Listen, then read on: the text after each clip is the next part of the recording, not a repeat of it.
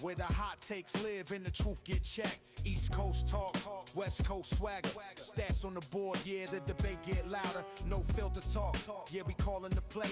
If it's sports conversation, we leading the way. From the hardwood to the gridiron plays, breaking every matchup, every headline debate. X-Rated Sports Network. Yeah, remember the name.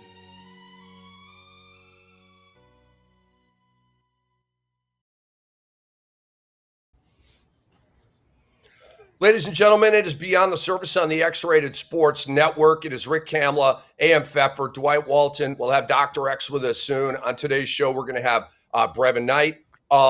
We are kind of in a wait and see on Kendall Gill right now, but we want to start the show in a different way. We're not going to go into finals talk yet. We lost an incredible man yesterday, the NBA family, and STACEY King. Just shocking, heartbreaking news. I'm driving to, an event yesterday, and Dwight put it out on the group chat. STACEY King has passed, and it just hit me. Cried a little bit. I'm going to try to make it through this without crying, but it's heartbreaking. Condolences to the family and friends of STACEY King. It's shocking, right? I mean, STACEY's so full of life and so incredible on League Pass and just this funny fountain of humor, and he's gone. And it just... it's heartbreaking, man. God bless STACEY King on his journey to heaven. Won 3 rings with the Jordan Bulls. Obviously, brilliant career at Oklahoma. He was an Emmy Award-winning game analyst for the Bulls. Arguably my favorite. And, the late STACEY King worked with Adam Amin, who I absolutely adore. I think he's brilliant. I think he's like a low-key Tirico and Ian Eagle, right? And so those guys were the homies, man. Always plugged into the Bulls broadcast anytime I could. STACEY being the leader of that, one of my absolute favorites. And Dwight and I talked about this. In my days on NBA radio, I always thought it was a great way to pay tribute, honor, and celebrate those that are lost by playing highlights, playing live calls, being able to listen to them and, kind of bring their energy back a little bit, at least for us to celebrate them and maybe catch a laugh out of it. But I want to go back to Derrick Rose dunking on Goran Dragic. And here is STACEY King's iconic live call. Heinrich, good defense. Lead pass, Rose.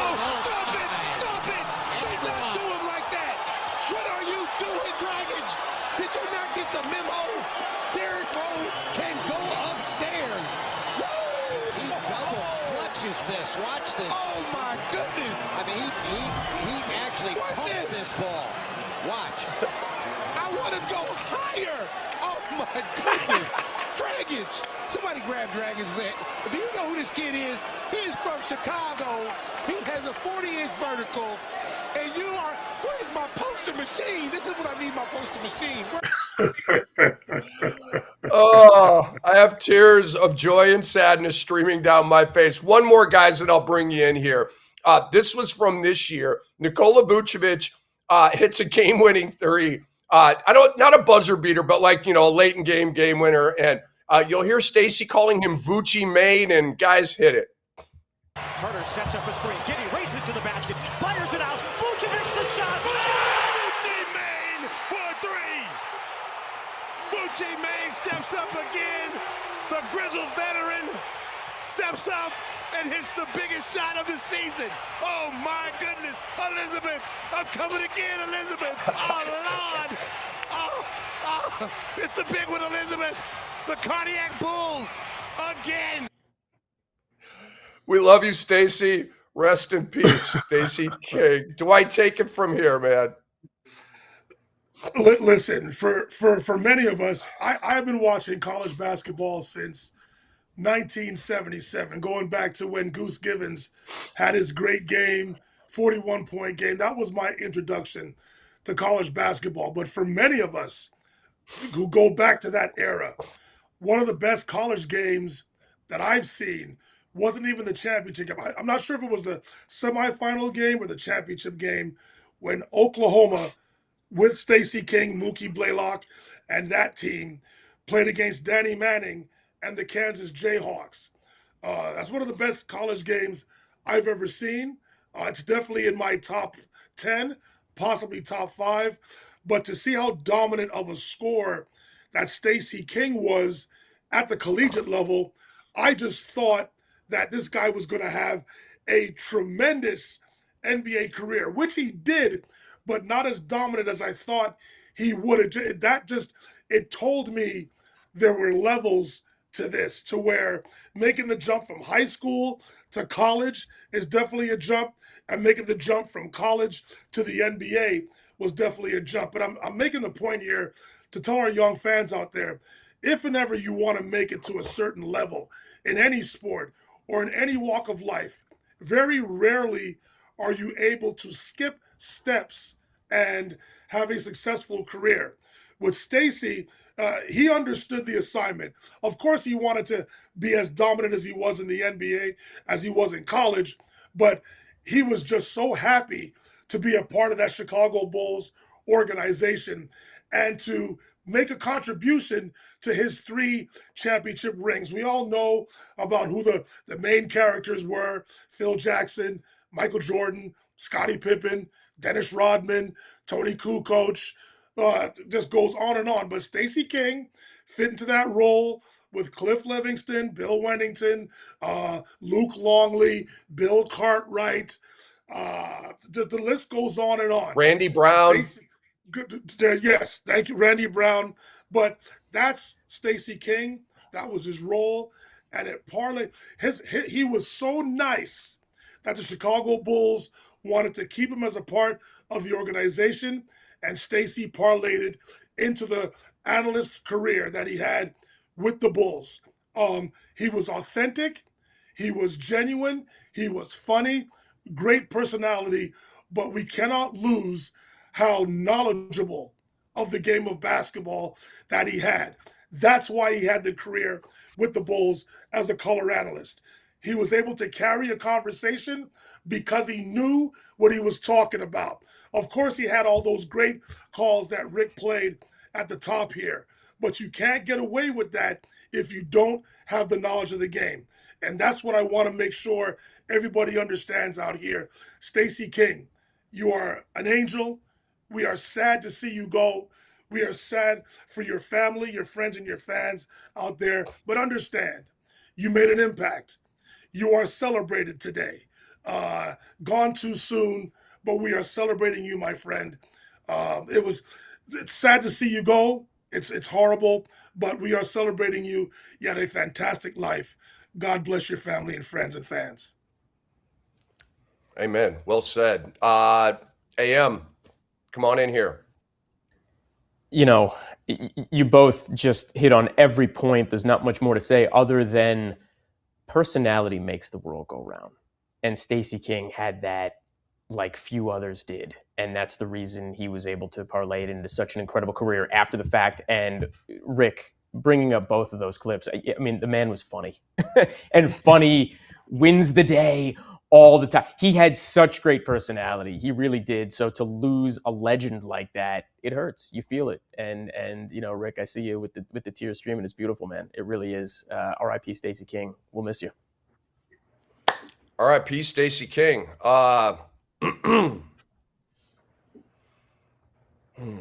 Just want a quick moment of silence right there, and we move on. Let's talk finals. Let's have some fun. Brevin Knight is going to be joining us in about 13 minutes at 2:30 p.m. Eastern time. Did the Knicks win game 2 despite Tony Brothers? You know my answer. The Knicks won. Keep laughing. Let's laugh. I mean, let's let these emotions out, okay? I don't remember the last time I laughed tears of joy and sadness at the exact same time. I don't remember. That just happened. Okay, so yes, the Knicks won game 2 playing 5-on-8. It was 5-on-8 ball. And so this game was not rigged. It was a rig attempt gone wrong because of the greatness of the Knicks, okay? And everybody's banging on Tony Brothers, okay? It's not his fault. He is not going rogue. He is not a vigilante rep. Tony Brothers is doing what the league wants him to do. He's following orders, okay? The NBA wanted brothers to rig this game because they were worried the Spurs would lose game 2 and then go to New York, bang, bang, sweep. Now we in ESPN ABC lose millions of dollars, okay? They don't want that. The NBA wanted brothers to rig Game 5 at OKC between the Thunder and Spurs because they feared a Spurs Game 5 and Game 6 win, no Game 7. You got the Knicks sweeping Cleveland, Buzz Kill Bill, millions lost. They succeeded in Game 5. The series went 7 games in the West Finals. This time, because of the greatness of the Knicks, their rigging attempt was thwarted.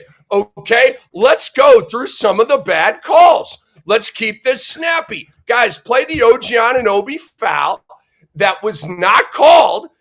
He was shooting a foul on him by, I believe it was Harper. Run that tape, please.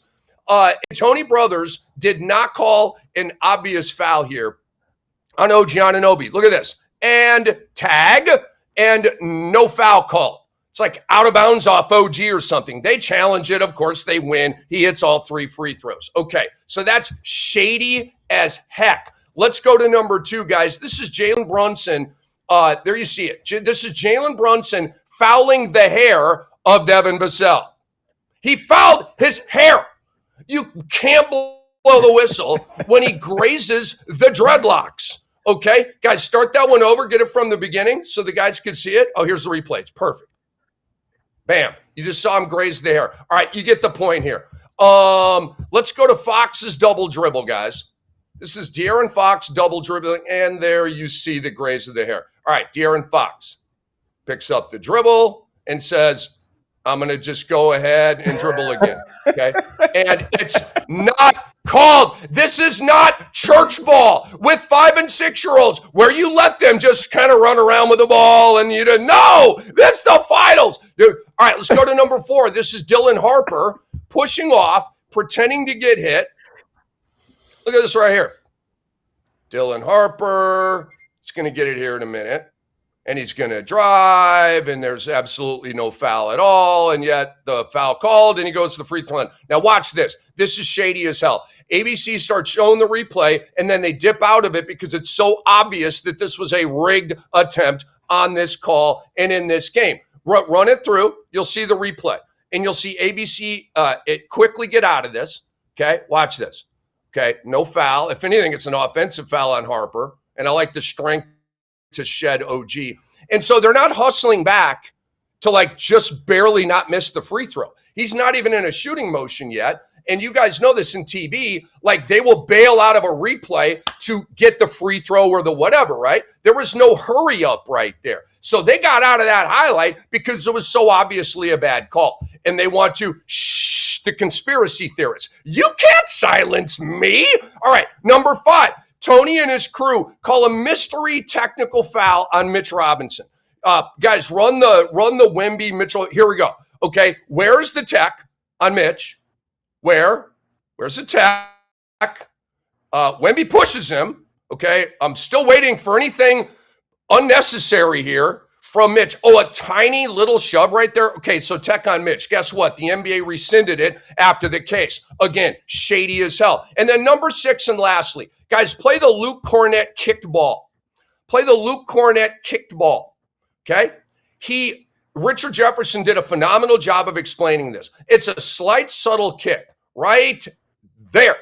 That's a kick ball. Okay? He used his foot and toe to redirect the ball towards him so OG Anunoby could not get it. That's illegal. Okay? Guys, that's 6 examples right there. This was a failed rig attempt. And Dwight Walton, of course, is you're our referee. I got to go to you first here. What's up? The reason why I can't, while you did a fantastic job, Rick, of bringing up those 6 examples, and I can't argue with any of them. We can discuss the double dribble because I believe Brunson does touch the ball when De'Aaron Fox does regather the basketball. We can discuss that, but again, when it comes to stuff like this, and maybe we'll discuss it later on in the show as for what Sam Presti said about his player, Shai Gilgeous-Alexander, and what he faces. But I think a lot of this stuff is created by the fans out there. And it's created by shows like this, to where now everything has totally shifted. And this is why I don't like it. We can discuss it, whether we believe games are rigged or not. Everybody has to be on the same page for things to happen in a correct way. You said it yourself. This was a rigged job that went wrong. Do you think the NBA told the Knicks to stop scoring the basketball in the final 6.5 minutes of the game? It was 97-83 with 6:38 to go in the fourth quarter. The Spurs took a 1-point lead or a 2-point lead before regulation even ended. So we had the epic finish that we all want to see in an NBA Finals. So when it comes to all of this stuff, to me it's social media driven. Sam Presti said that SGA already has enough to deal with in terms of seeing 5 defenders on an NBA court. The 6th defender is social media. So it's gotten to the point now to where if the Spurs win any game in this series, we're going to think it's Adam Silver, the NBA's Referees Association, and ESPN ABC wanting the series to go longer because they want to make money. The Spurs had a chance to win both games. They were up double digits in game 1. They were down double digits inside 7 minutes in game 2. They had leads inside 2 minutes for both games 1 and 2. So it's not like they're a fluky opponent. They're a formidable opponent for the Knicks. But now, because the Knicks won both games on the road, and we're assuming that the young upstart Bulls, led by Victor Wembanyama, won't be able to handle the atmosphere at Madison Square Garden, which on many occasions I've called the most exciting atmosphere in playoff basketball, period. We're all assuming the Knicks are going to sweep. So if they win tonight, or if they win on Wednesday night, we're all going to say the finals are rigged. That's the side I can't rock with. I'm hoping that there is some integrity left in the NBA, and that the Spurs, if they win tonight or on Wednesday night, win it fair and square, and we're not having this discussion on our show on Thursday afternoon. I don't like it. I don't rock with it. I understand it. Again, I'm not naive, but I don't like it. Too many things have to go right in order for a rig/fixed opportunity has to go right. And too many things you got to be on the same script. I don't believe in that.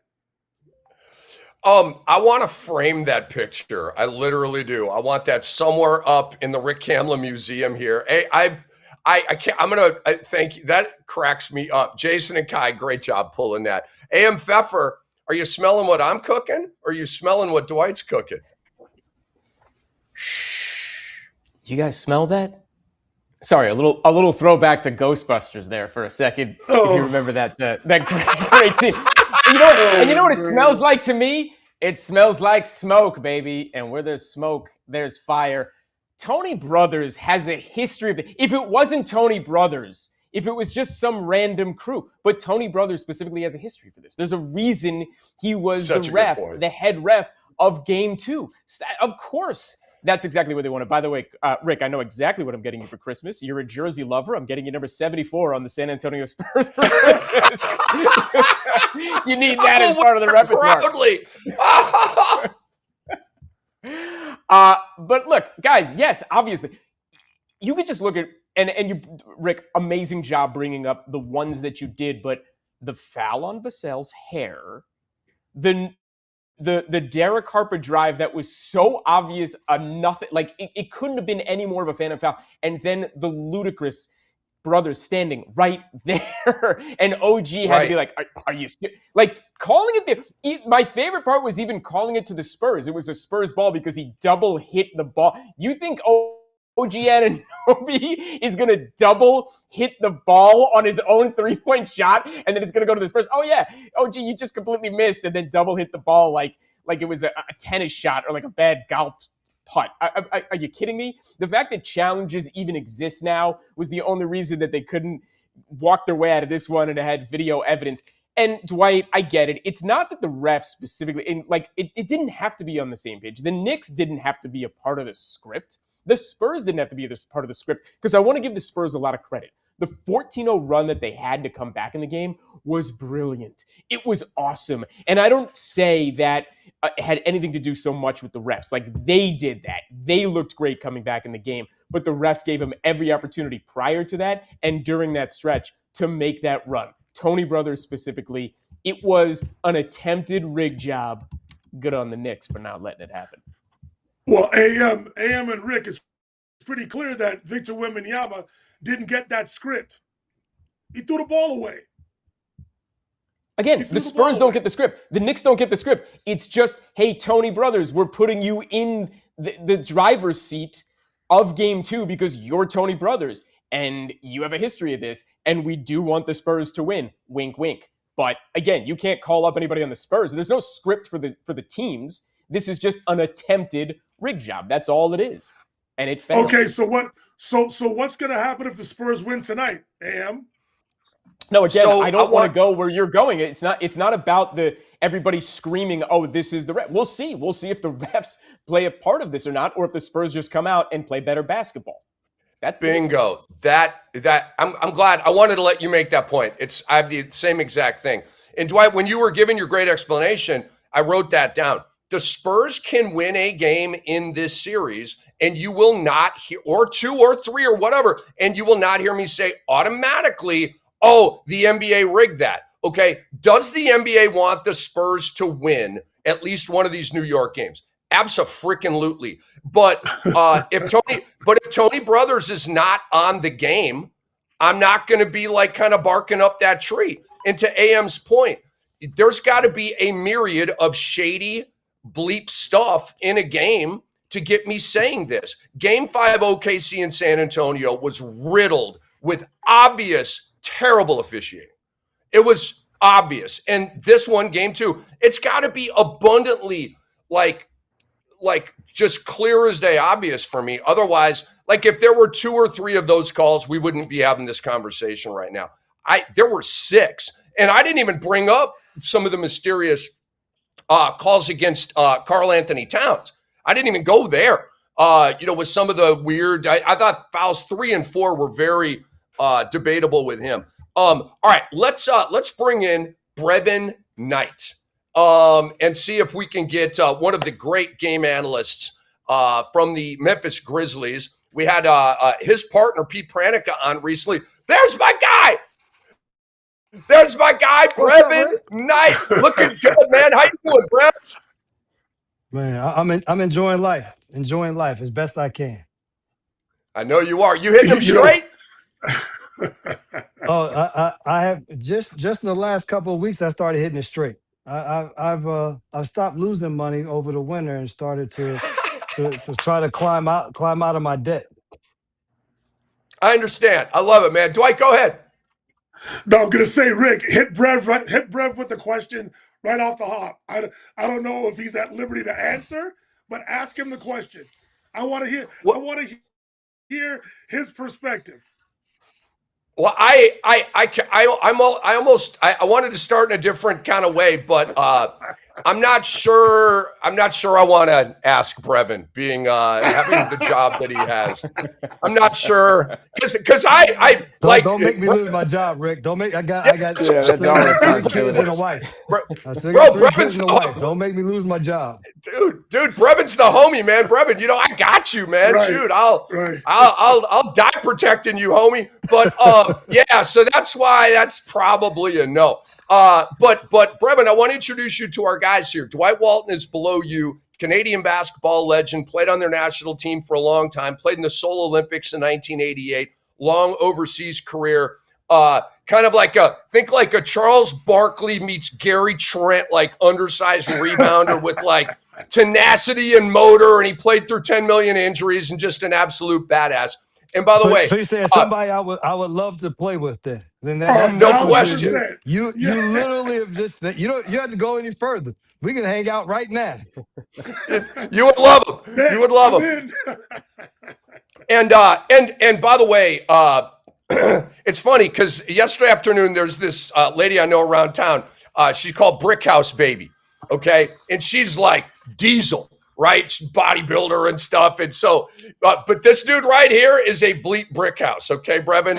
To this day, this dude's a bleep Brickhouse. And A.M. Pfeffer's in our beautiful LA studios. He's a businessman. He's an anchor. He's an author. Great sports analyst. And we're gonna get. Wait a second. What timing? By the insufferable Dr. X. Let's go, baby. Let's go. Let's go. What's up, Doc? Good timing. You're on mute, Oh, we cuz. got no audio. We need the audio. Doc, we can't hear you. You're on mute, cuz. Doc, come on in here, man. I'm glad I'm not the only one that struggles with this at times. My kids make fun of me. Hey, Dad, you gotta get with the times. I'm like, bro, listen. Tell me just which link to push, and I promise you I'm good to go. We're the same way, man. We're the same way. We're trying to old heads trying to get by in a technological world. So I'll give you the as he works his way back. Dr. X, huge Knicks fan, as you saw, but he's our founder, creator of the X-Rated Sports Network. He's a sports medicine radiologist, one of the best in America, total badass, owns the Gotham City Bockers and the TBT, entrepreneur, philanthropist, and a hell of a guy. He's the insufferable Dr. X right now because he's such a Knicks fan. And so, look, we'll get him in here in a minute. But Brev, we started our show paying tribute and celebrating Stacey King, and I don't mean to sort of bring it down, but I feel like we can't start anywhere else. You two were a member of the same fraternity. There were only 30 of you or 30-ish of you in terms of game analysts for NBA teams. And it's hitting us hard over here, Brevin. Just wanted a word or two about Stacey King. The thing for me with Stacey was that I tell everybody, when you go from being a player and you transition into your next life, especially when it is going into the booth to call games, there are certain guys that you realize love the game and are doing it well, and there's other guys whose name is getting them where they're going. And with Stacey King, the one thing you learned was his name wasn't going to be the thing that took him where he was going in this side of the business, is because he was terrific at being an analyst. And so I say those of us that wanted to make the transition, he was the guy for me that I would watch. He's the guy that I listened to and said, if I ever had the opportunity to call games, I wanted to have fun while doing it, but I still wanted to be Brevin. And I think that's what we got to see from Stacey King was you saw Stacey King be himself when he played the game. You saw when he announced the game. And when the games were over, he used to stand, he would be at half court after games. And this is from the first day that I got to the Grizzlies. Signs autographs for everyone that waits after the basketball game, takes pictures with them, and even goes out to half court and take pictures with people. He was, people use that word, the man of the people. I mean, I think that's exactly what Stacey King was to Chicago, but I think to NBA fans all around, especially to me. Amen, Brevin. That was beautiful, man. That was beautiful. Dr. X, I want to introduce you to the great Brevin Knight. Brevin, this is the insufferable Dr. X. He will be at the Garden tonight for Game 3. but Doc, he said hopefully. But Doc, this is Brevin. Brevin, this is Doc. Good to meet you, Doc. I know, Brevin. You too, brother. Thanks for being on the show. Sorry about that, guys. It wasn't me, man. My thing said on mute. I just had a birthday yesterday, so I turned 47. I can't be having issues with mute yet. So, Brevin, thank you for being on the show. You said what? You say what? You gotta get to 50 before you start. You can use exactly. Excuses. Good point. I have to be AARP status first. There you go.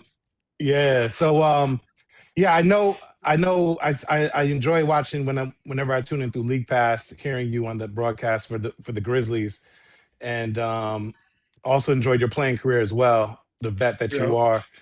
And one thing I like to say though, I like, even though, I'm prisoner of the moment. So with all the Knicks stuff going on, who was your pick before the finals started, and if it's changed, why has it changed? I was Spurs in 7. I felt like that their others were going to be able to be a little bit better because they could deal with the physicality of the game, but still have the skills to deal with the Knicks. So I felt like the reason why the Knicks ultimately won the East was they just bullied everybody while having skilled players be highly skilled. Mm, And I thought yep. the Spurs team was going to be a team that could rival that playing style, play fast while beating you up. The problem was I didn't realize that the Shamits of the world was going to step up the way that he had. That Deuce McBride was still going to be able to play at the level they had. All of those guys off of the bench that have come into the hmm game and affected it the way that they have. Alvarado with the way that he played, Mitchell Robinson even with the broke hand. So I thought that the Spurs' hmm other intangible guys would be able to be good enough. And I keep trying to be like, this Knicks thing ain't real. I'm tired. I mean, I've been watching the Knicks for too long. I'm a Jersey guy. All my boys. It's just See, I yeah. couldn't believe it. But after watching those first 2 games, it forced me to reconsider my hmm who I choose to win in this. And so I'm gonna stay with the Spurs in hmm 7 because I saw the Spurs win 2 games in Oklahoma City in the hmm last series. So they have the experience at least of winning on the road. hmm Now, do Got I it. feel as confident as before game 1? No. Yeah, No. yeah, yeah, I yeah. will be I honest in agree. telling you that. Yeah. hmm Now, where did you grow up? I mean, so well, not well. You Uh, said New Jersey, but who I'm who East who were Orange. you I'm rooting East for? Orange. East Orange, East New Orange. Jersey. Okay. So which team were you rooting for back in the day, or did I you was root for teams Lakers back in the day? fan. Lakers fan. Lakers. Okay. Yeah, yeah, And yeah, really, yeah. because I was a Magic Johnson fan. I love the way that he Gotcha. controlled the game. Yes, let's And go. hmm and that was so it was the Nets. Like I know. it wasn't Yeah, much Kenny to root Anderson. No, for. wait. Was he? Well, Kenny So Anderson. I KA mean, is as just a a little point bit guard, older right? than me though. Oh, Yeah. And he's exactly. just a So little you're not bit. rooting for He's just a anybody at little that bit point. You coming older. after them. Yeah. So when I was Exactly. younger, it was they're talking about like Buck Williams. Yeah. Yeah. We going those teams, and so Yep. I yeah, I remember. was a Lakers fan. I was a Lakers Oh fan man, growing Gilliam. up. Yes, exactly. Those teams. So Sherman Douglas, who I loved, I Love love Sherman Sherman Douglas. Douglas. Dude, Man, his it was Yeah. floater was dope, man. Sherman's floater was man, dope, man. Yeah. Sherm taught me to folder when he was at Syracuse. That's when I I love it. realized like, So, oh, I love let it. throw that ball up a little bit higher. Don't just try to be shifty enough to get there. Dude, he went dark mm, with that dang floater. You know, I mean, he went dark with that thing. He went ultra high with that. There was a Yes. little like flavor and hot sauce on that thing too, I think, too, Doc. Little New York flavor, I think, on that thing. yeah. No, I appreciate that, man. But thanks, Brevin. I appreciate your response.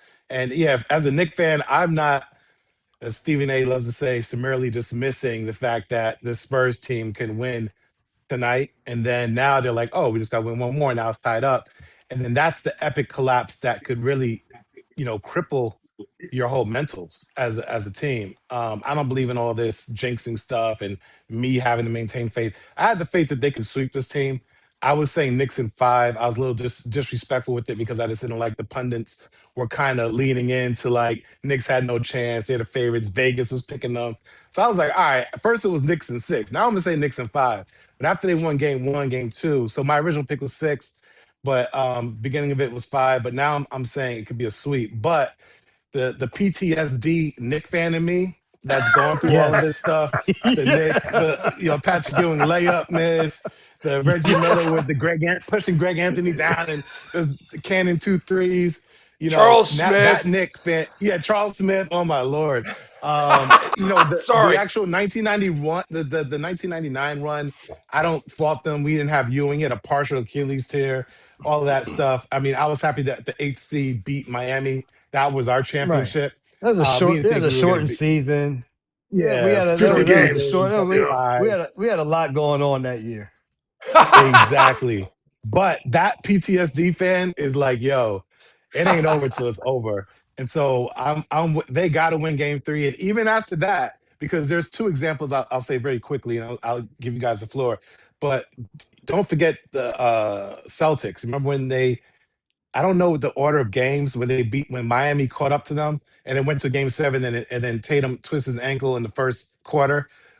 Who was up? Were they up 3-0 or was it 3-1? I think it was 3-0. It was Yeah, 3-0. 3-0, It was right? 3-0. See, 3-0. They were up 3-0, and anything could have happened that game if Tatum doesn't twist his ankle. Am I correct?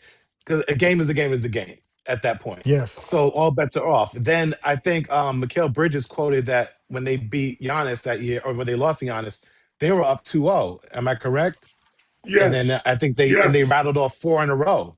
So I'm just like, man, it ain't over till it's over. Each game is its own individual thing. So I still got Knicks in 4, but trust me, I'm like, I gotta see it. Hey, Doc, listen, my best friend is a Knicks and Mets fan. So nobody like me Mm, is rooting as hard for the Knicks to get a win. So I have 2 brains. I have an I love it. analyst brain when I talk about Yeah, this, and I got the love for my friend's brain. And the I love for love it. my friends like you, that is that the Yeah, Knicks can please give these people a chance to step off of this ledge because y'all been teetering yeah. on this doggone ledge for a long time. Facts. And when you are a Knicks and a Mets fan, you got one foot Yeah, off the ledge. You ain't just yeah. teetering. You're right. So You're right. so And a Jets fan, as AM I'm will tell rooting. you. Yeah. I appreciate that. I'm Knicks. I'm Knicks, Yankees, Giants. Knicks, Yankees, Giants, Yeah. and Rangers. That's me. But Okay, yes, yeah, the Knicks I'm is. Giants. Giants, I am Giants. And then the other things though, I was Mets back when David Cohn with Gooden Strawberry. and Down Strawberry David and Mookie Bellinger. Strawberry. Yeah. Wilson. Yeah. Yeah, Exactly. Like those teams, Gary Carter. yeah. That was my baseball time. I'm so far from Same. baseball at this point. But obviously I'm Giants, Mets. I was and never, Knicks, Nets didn't neither one of those. For everybody Gotcha. else, I root for the I don't Knicks blame for you. everybody's in the Yeah, area. yeah. You had a choice. So You were in New Jersey, so you had a choice. I'm so done. so so so Brev, you talk about who your favorite player was while you were a Laker fan and Magic Johnson. Uh, you were a point guard in your own right, and I tell people I deal with players all the time that want to be point guards, but they're not point guards in terms of the mentality. They want the ball in their hands. They want to make plays out of screen roll. They want to initiate offense, so on and so forth. My question here is, for as great as the Spurs are, and like you, I have the Spurs winning in 7. You're a point guard. There's a mentality for it. Do the Spurs have a true point guard in any of De'Aaron Fox, Steph Castle, or Dylan Harper? Is that and lack of experience? Is that a reason as to why they're getting off to these slow starts? They do make comebacks, and they are ultimately winning in the final 2 minutes of these games. However, do you think their lack of experience or not really truly having a point guard's mentality is hurting the Spurs so far in these first 2 games? Well, what I would say is the thing for me, I think, would be is if you allow De'Aaron Fox to be your lead guard. What I think they're doing is what they've done all year is you're playing kind of off of Stephon Castle and De'Aaron Fox. Sometimes Castle initiates, sometimes De'Aaron Fox does. To me, at this point, De'Aaron Fox is the one that's been around the league the longest. Now, he has not been in winning situations as much because he's been in Sacramento for as long as he was.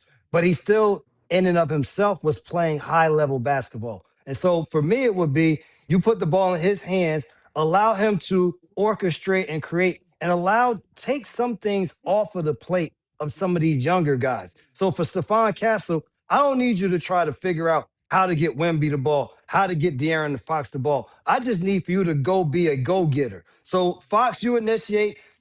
Castle, you play off of the ball, and now you just be an attacker of the basket, make plays off of that. Vassell, you're a shooter, that's what you are, but take good shots, not quick shots. What's happening early in games, I feel like they are taking quick shots early in games that's not allowing the full rhythm. So, and later in the games, when you need a big shot from another guy, the rhythm isn't there. And so I think it's just a matter of you almost have to compact some of what you have done all year. All year, you have a open book of this, that, and the other, and maybe it's done well. But I think you have to now look at these as individuals and say, well, if we can have the guy that's been there with the ball in his hands, but he also has to play that way.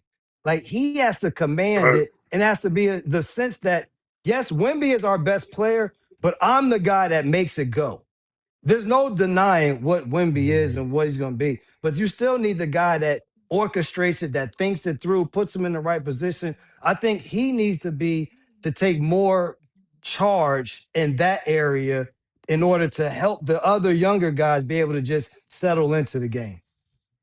And the major reason I'm asking the question, Brev, is because if you look at it analytically or from the statistics standpoint, the Spurs offense seems to be better when Dylan Harper and Victor Wembanyama are involved in some action. I believe the number is their offense is 15.3 points per possession. It's better than with Fox and or Castle. So and we all know the backup point guard, the backup quarterback is always the most popular player amongst fans. If De'Aaron Fox isn't playing well, the San Antonio Spurs fan base, or if you go to social media, they want Harper to be in control of everything rather than De'Aaron Fox. That's just how it is. I don't agree with that. I don't think you do either, but it is what it is. So when you see those statistics, if you're Mitch Johnson and you see those statistics, do you make that move because you are down 2-0 in the series? Or do you go status quo, don't ruffle the feathers, don't rock the boat, and keep things as is? Do you still lean on the veteran presence of De'Aaron Fox? Yeah, I'm not going to all of a sudden change it all. You can if you feel as though, and if those numbers will bear out to be end of game situation numbers that help you, then that means that Dylan will be on the game. I watched Dylan play for a long time since he was in high school, so I know exactly what Dylan brings to the floor. And if you are, I'm saying that if De'Aaron Fox doesn't have the ball in his hand, he's not creating, then you do have a young guy on the team that you can't put in the game in Dylan Harper. I'm not going to say, though, I'm taking De'Aaron Fox out of the mix to say that Dylan Harper is going to be the one I'm going to put it on his shoulders to get it there. What they've done is they play the two of them together. So when you play the two of them together, that allows Dylan to be on the ball, De'Aaron to be off the ball. He can play with Wemby in pick and roll situations. Or what makes Dylan really good is if he has to get the second or third defender, he is very good playing one-on-one downhill basketball. And he's very strong at the position. And so it makes it hard for the opposing team to say, well, who are you going to guard him with? What is that matchup going to be? But as long as he's playing well, I am of the mindset of this. Once the game starts, like we can sit here and have this conversation and say, oh, I think it'll go this way. That once the game starts and we get rocking and rolling, Dylan is out there being efficient. Dylan's going to continue to play. If De'Aaron is out there being efficient, there's no feelings involved in this. This is just about Right. winning games and what it takes to win the game. Couldn't agree more. I love it. AM, come on in here. And it's amazing to meet you. Admission time, if I can. So I grew up in New York as well, Westchester County. And as early as 10 years old, I wanted to go to Stanford. That is, I remember that is where I wanted to go to college. I moved to Denver, Colorado when I was 14. I was a freshman in high school at that point. And I graduated in 1996. So 93, 94, 95, the fantasy was still, oh, I'm going to end up at Stanford. Now, you were there during that time, and I was a big NBA fan and getting into college basketball a little bit. You were who I watched.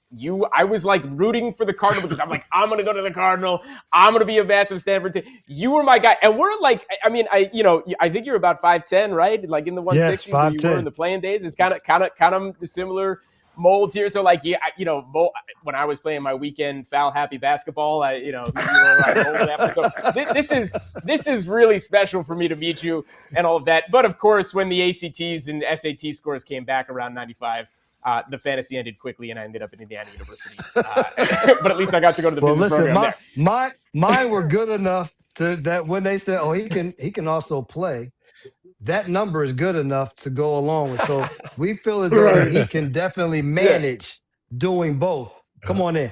I wish I had my handle. Maybe I could have made it there if I had your handle too. But my question, I want to go back to Steph Castle for a second because look, for all intents and purposes, he's done a wonderful job on Brunson in the first two games. Other than Brunson doing what he does in the fourth quarter, and he's a closer. But like, hey, he's held them to I think 36% shooting. But it hasn't mattered. And this is obviously a problem. Heading into game three, and I appreciate what we're talking about with Fox, with Harper and where Castle is, but let's go to the defensive side of the ball. Do you keep Castle running and chasing Brunson, or do you allow him to get his points and put Castle on somebody else? Because he is a defensive weapon. And look, let's call it like it is. Karl-Anthony Towns is out there running amok. There's no one else there to stop him. Is Castle the end? I mean, and I understand that, very different in size, but like he's a dog, he's a pit bull. Like, what do you do here? What's the move defensively? No, in game three? I think you keep Castle on Jalen Brunson the way you have. This is the thing on defense is you got to not have defensive lapses at crucial moments. They double teamed at the wrong time in 3 possessions late in the game in game 2 that gave Shamet 2 shots. And it gave a swing drive to the basket on another one. So the biggest thing is defensively is I think they found the mix of guys who can hound Brunson enough. Now, you got to give Brunson his credit is he can look bad the entire game, not make shots the entire game. And it comes to the last 5 minutes of the basketball game, and he's one of the best to ever who have ever done it. And so those guys, I think you have to continue to hound him with the players you have. I think that they don't have to run off and double team as much as they have because Castle has done a great job. Dylan Harper has done a great job. It's when the only time I feel like they get in some trouble is if you give too many minutes with Carter Williams having to defend him. I think that is where Jalen Brunson gets somewhat of an edge on the offensive end is in that matchup. But I wouldn't change I would continue to have Castle guard him. Even Vassell has to at sometimes guard him. Now the thing with Karl-Anthony Towns has to be number one, WEMBY welcome to big time basketball.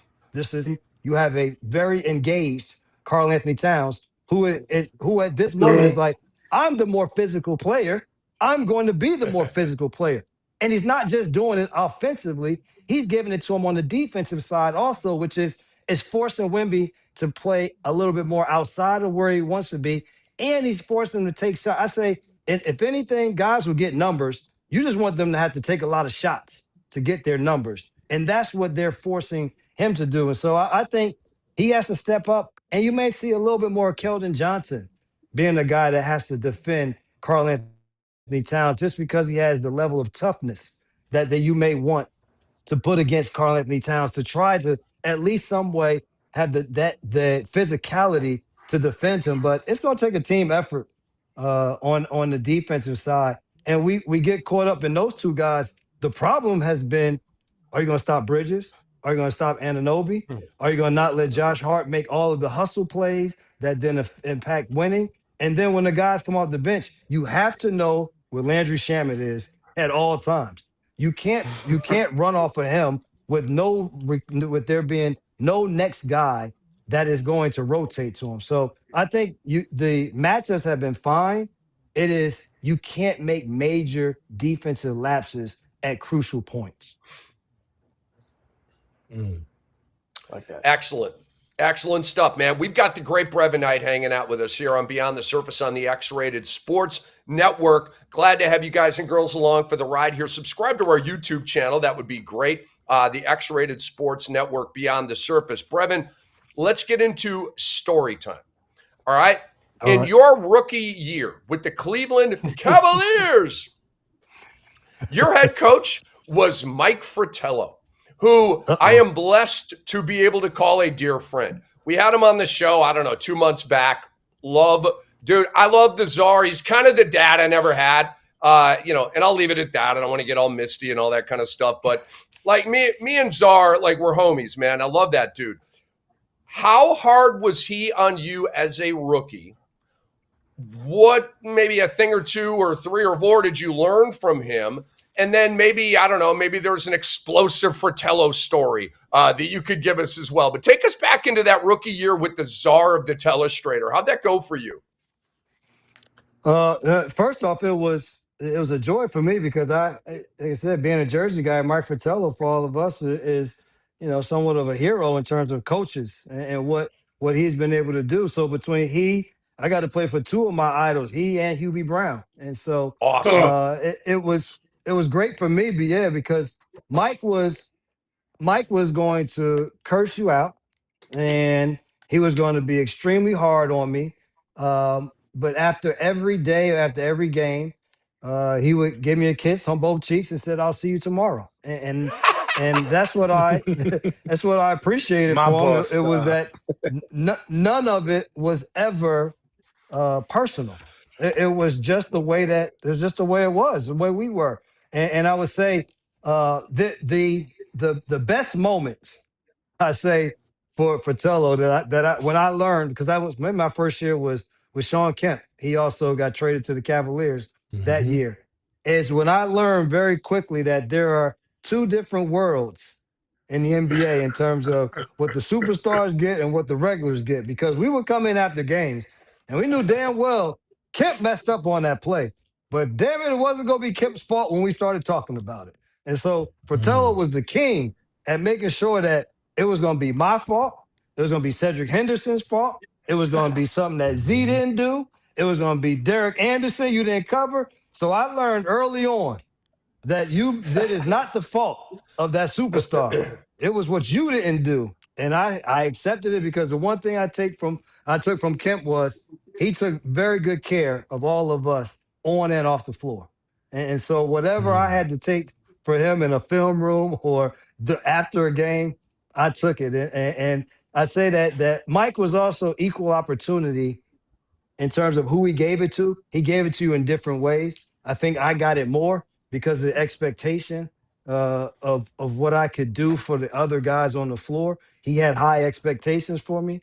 And so I embraced it. That's why today when people get yelled at or we see coaches being fiery with players, I'm like, to me, that coach is trying to get the most out of that guy. And you don't 100%. understand the relationship that those two have. So you really can't comment on it. You don't know when they go. I say when we go in the back, you might have saw us going at each other during the game. Like that's not a good relationship. But you didn't see, as I said, at the end of the day, the kiss on the cheek. We'll see you tomorrow. And so that's why I love Mike. X and O's. I had the greatest X and O coaches that I could ask for. From Mike Montgomery. Well, it started with Bob Farrell in high school at Seton Hall Prep. I go to Stanford with Mike Montgomery. You're not going to find a better X and O's coach. And then I start my NBA career with Mike Fratello. So to go from my dad, who started it all, to Bob Farrell, to Mike Montgomery, then from there on to move on to Fratello, everything was the same. All four of those guys all taught the game the same way. Wow. Absolutely amazing. You played with Dikembe Mutombo in Atlanta. Dikembe is one of the greatest humans who's ever walked the planet. I was blessed, Brevin, on my way back from the Hall of Fame several years ago, just coincidentally sitting right next to Dikembe for 2.5 hours, just talking, hanging out with Dikembe. I will never, ever forget that 2.5 hours. You know, and all the laughs and all that kind of stuff. Okay, what was it like playing with Deke, and can we get a Deke story from you? Well, First off, it was very short lived because I got traded to Atlanta. It was just half a season, and it wasn't a great season. Lon Kruger was our coach, and so the veteran guys didn't do much at all. So I wouldn't even see deep some days until it was a game day or something like that. So the one thing I would say that I learned from Dikembe was we did more talking about things outside of basketball than anything to do with basketball. And it was the first time I had been in an NBA locker room to have conversations with someone who brought the world into the locker room. Mhm. And for that, I gave him massive credit because what he was trying to teach us was that the game is one part aspect of your life, but there's a lot of other things that you can be doing to affect people's lives and help people's lives. And so the spirit that everyone talks about with him is what I got to experience. It was way bigger than anything basketball. That's amazing. And then one more story, and I'll get it back to the guys here. You played with Gilbert Arenas in Washington. Give us a Gilbert story. No, you didn't know. No, I'll tell you this right now. You see how I talked about everybody else and could give you something to say? There is not one story that I can tell you about Gilbert Arenas. There's not one. You mean It you're on a was, family program? On a family program? Is that what you're saying? Or does that not have anything to do with it? Or- on a family program, I can't talk about anything with Gilbert Arenas. If there was something after dark, if this was an after dark Hey, it's conversation. X-rated. The name of the show is X-rated Sports. Phonetically, we can talk about it. But Man, with that wide, I say That's this. amazing. Gilbert was probably my what's the right words for this guy? He was the most intriguing person that I ever played with. I would say the most intriguing. And a lot of that had to do with the fact that Gilbert did what Gilbert wanted to do. It doesn't matter what Eddie Jordan said. He was our head coach at that time. It didn't matter what the general manager. It didn't matter. Gilbert Arenas was going to do what Gilbert Arenas had going through his mind at that time. And so when I knew that, like people told me about it before I got there. When I got there, people were like, Gilbert will park his car on the sidewalk with no license plates on the car and get out and go into the club and think they just come back out and leave. And I'm like, no way. And then I get there and I'm like, yes way. This dude is going to do whatever, whenever. And that was good. The thing that I can say, I guess what I tried to take away from him at that time was, man, live your life. Live your life to the fullest because you only get one life.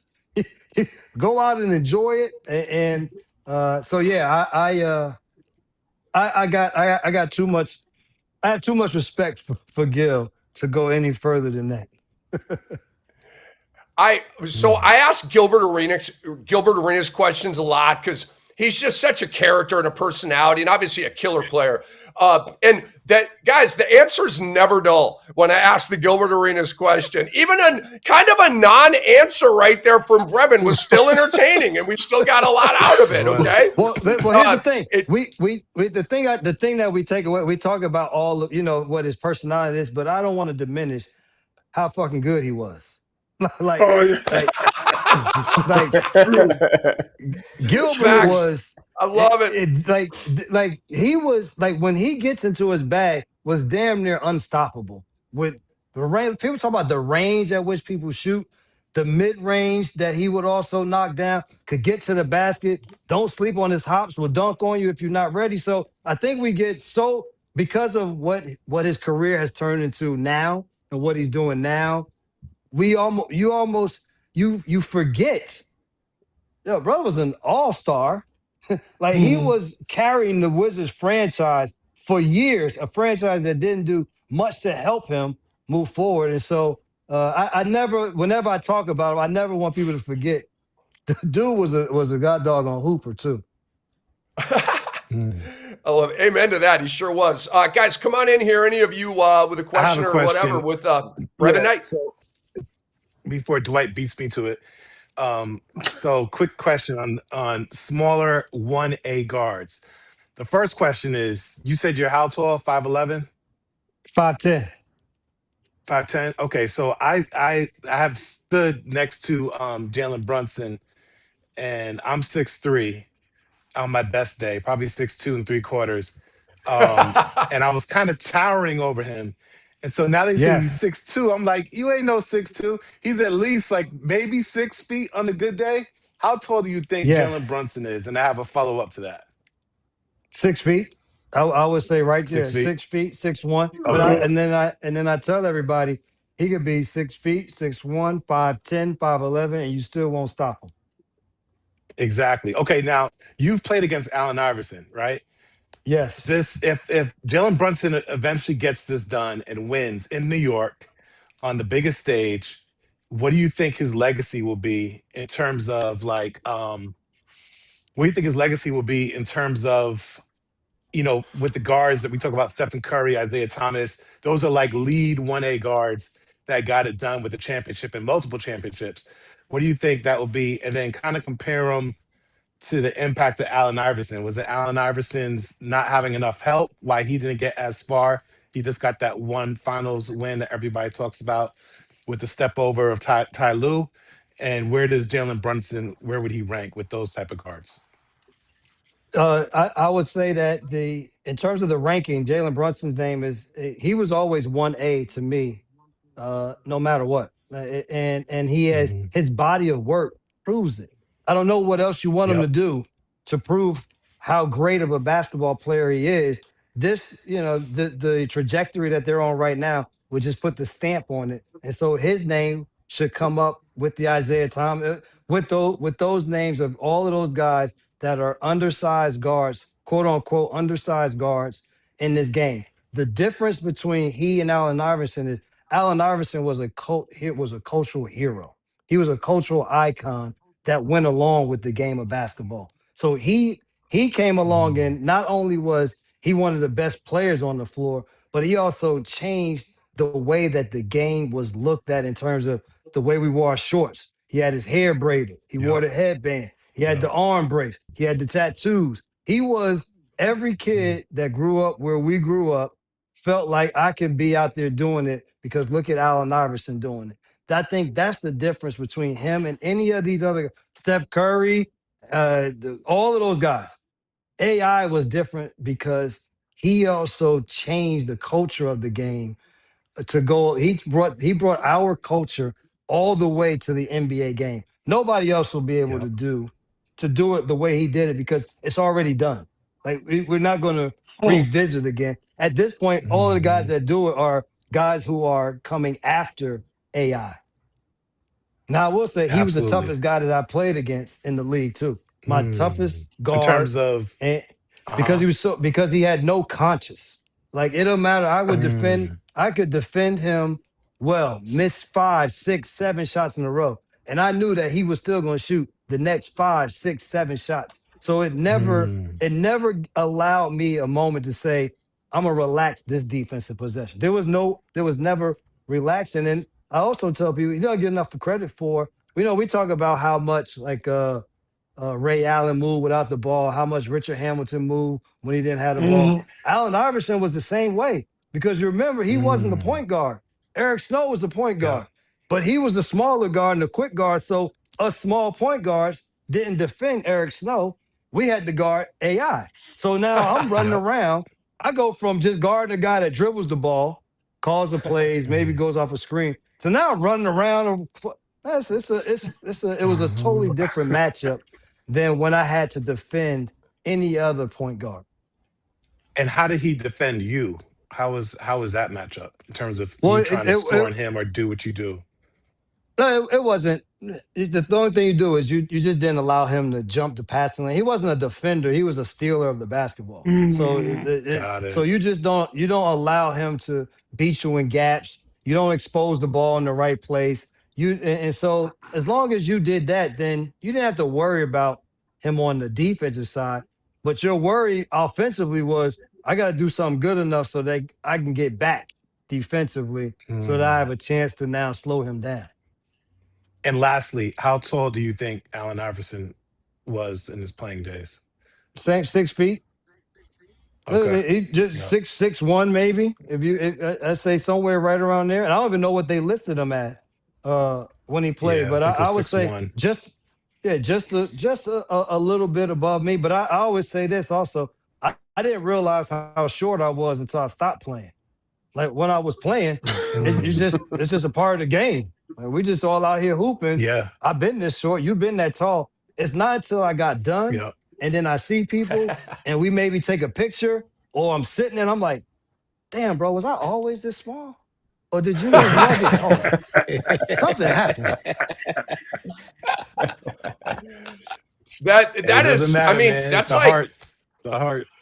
yeah, that's like good. exhibition That's good. A for the intangibles, all the skill work, the motor you had, like, because it took all of that to be a fantastic NBA player.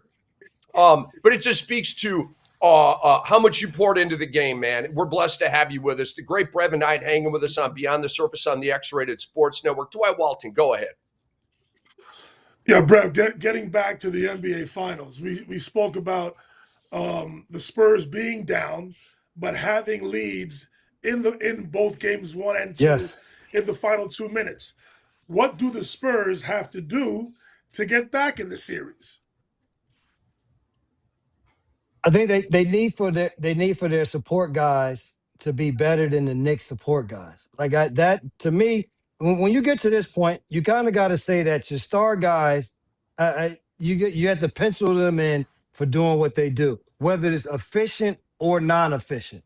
Like their numbers will be what they are. It's when you start to look at even other starters. Like eventually, you got to figure out a way to slow down Bridges. You got to slow down Anunoby. You got to force those guys to miss some shots at some point in time, and then you can work your way into the game. I think as long as those guys stay comfortable getting shots, the speed and the pace at which they play, then it's going to be hard for the Spurs to change the where the games are going. I think you've done the experiment of doubling, letting guys get shots. Now it's just one step closer. Maybe the double is not an all-out double. It is more of a soft one, just to force you to get off the ball. And then going the other way, conversely, is got to continue to play fast. Got to be aggressive to get to the basket. You can't just settle for Wemby is going to make it happen. The reason why the Spurs were good all year is because they were a very good basketball team, from the starters to their bench guys. Everyone has to just continue to play that same role and then allow him to be the star that he is. But as much as we say what the Spurs can do, they're also just going to have some luck that the Knicks can't keep going at this rate. Right. Like you got to hope that guys not going to continue to shoot the ball as well as they're shooting the basketball. That they're not going to be able to just make the runs so quick. If you think about these leads that the Spurs are getting, the Knicks are erasing them quickly. These aren't leads that last throughout a quarter or last throughout a half. These are 3-4 minute leads. The double digit leads are changing within quarters. So that to me is that you're not being consistent enough to do the same thing. Do it again. Do it again. Do it again. Their consistency will have to be better. Also, listen, we understand that Victor Wembanyama is an unfinished product, and I'm on record as saying this is the worst that we're seeing of Victor Wembanyama. That's how great he already is, and how great he is going to be. And we can criticize and be critical of where we think he should be. Should he incorporate the sky hook, the most impossible, the greatest offensive weapon in basketball history? Should he go more from mid to low post with a jump hook over either shoulder? We could talk all about that until we're blue in the face. But what I would like to see the Spurs and Victor Wembanyama incorporate offensively in this series is him operating more in the Dirk Nowitzki spot, the free throw line, and at the nail/elbow. I think if he can incorporate that, because he's never going to be the physical guy that we all want him to be. That's not who he is, right? But if he can get that reverse pivot, sort of see where the defense is coming from that Dirk/Nail area, do you think that could make life easier? Besides everything else you just said, do you think that would make life easier, not only for him, but for his Spurs teammates to feed off of him from game 3 on? I think that's an evolution that will get to the point where he gets it there. And I like what you said, Dirk Nowitzki. Also, like it's like Dirk Nowitzki, Kevin Durant places on the floor. Because it's the same thing that Kevin Durant does a fantastic job of, is being able to catch the ball at 17 to 18, 17 to 19 feet, and being able to turn and square. So now it puts you in a predicament, because I'm going to knock this shot down easily over the top of you because of my range. But now, are you going to get up close? One dribble gets me by wherever I want to go. And so I like the mindset. I think right now in this series, Dirk Nowitzki got more and more physical as his career went along. He got stronger to be able to command that post, that area on the floor. I don't think Wemby is strong enough to hold that position, especially with the way that Karl-Anthony Towns is defending him. So it's almost like, more for this moment, I almost like him to be more on the move. Something where you're not as stagnant, that gets you to that position. I don't want you to just run down the floor and stand there and say, all right, y'all throw me the ball here. Maybe it's a pick, it's a pop. So now it's something where Towns has to react, but he can't be engaged with him the entire time. I think at this point, it's almost similar to when we had Pau Gasol when I first started with Memphis. And he was very slight. And people were like, you got to get strong. I'm like, nah, he got to get stronger, but I don't want him to get bulkier. But until he got stronger, same with Powell, was he couldn't hold that position. He had to just be on the move, and he got that position by screening, rolling. I roll deep, I reverse. Now I'm deeper than when I started. You see what I'm saying? You got to manufacture him getting to those positions right now. Over Dirk Nowitzki got to the point where, just it's my time. He would just run to the left side. He's going to go left mid post, and you're going to throw on the ball. It didn't matter. You knew it was going there, but you couldn't stop it. He was physical enough to get there. For San Antonio at this point, you got to run some shit. He's going to have to do something to then get him to that spot so that he could then make the next play. Love it.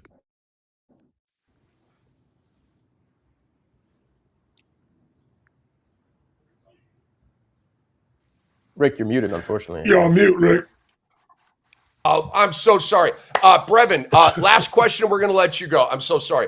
How would you guard Wemby? The same way that the Knicks have guarded him.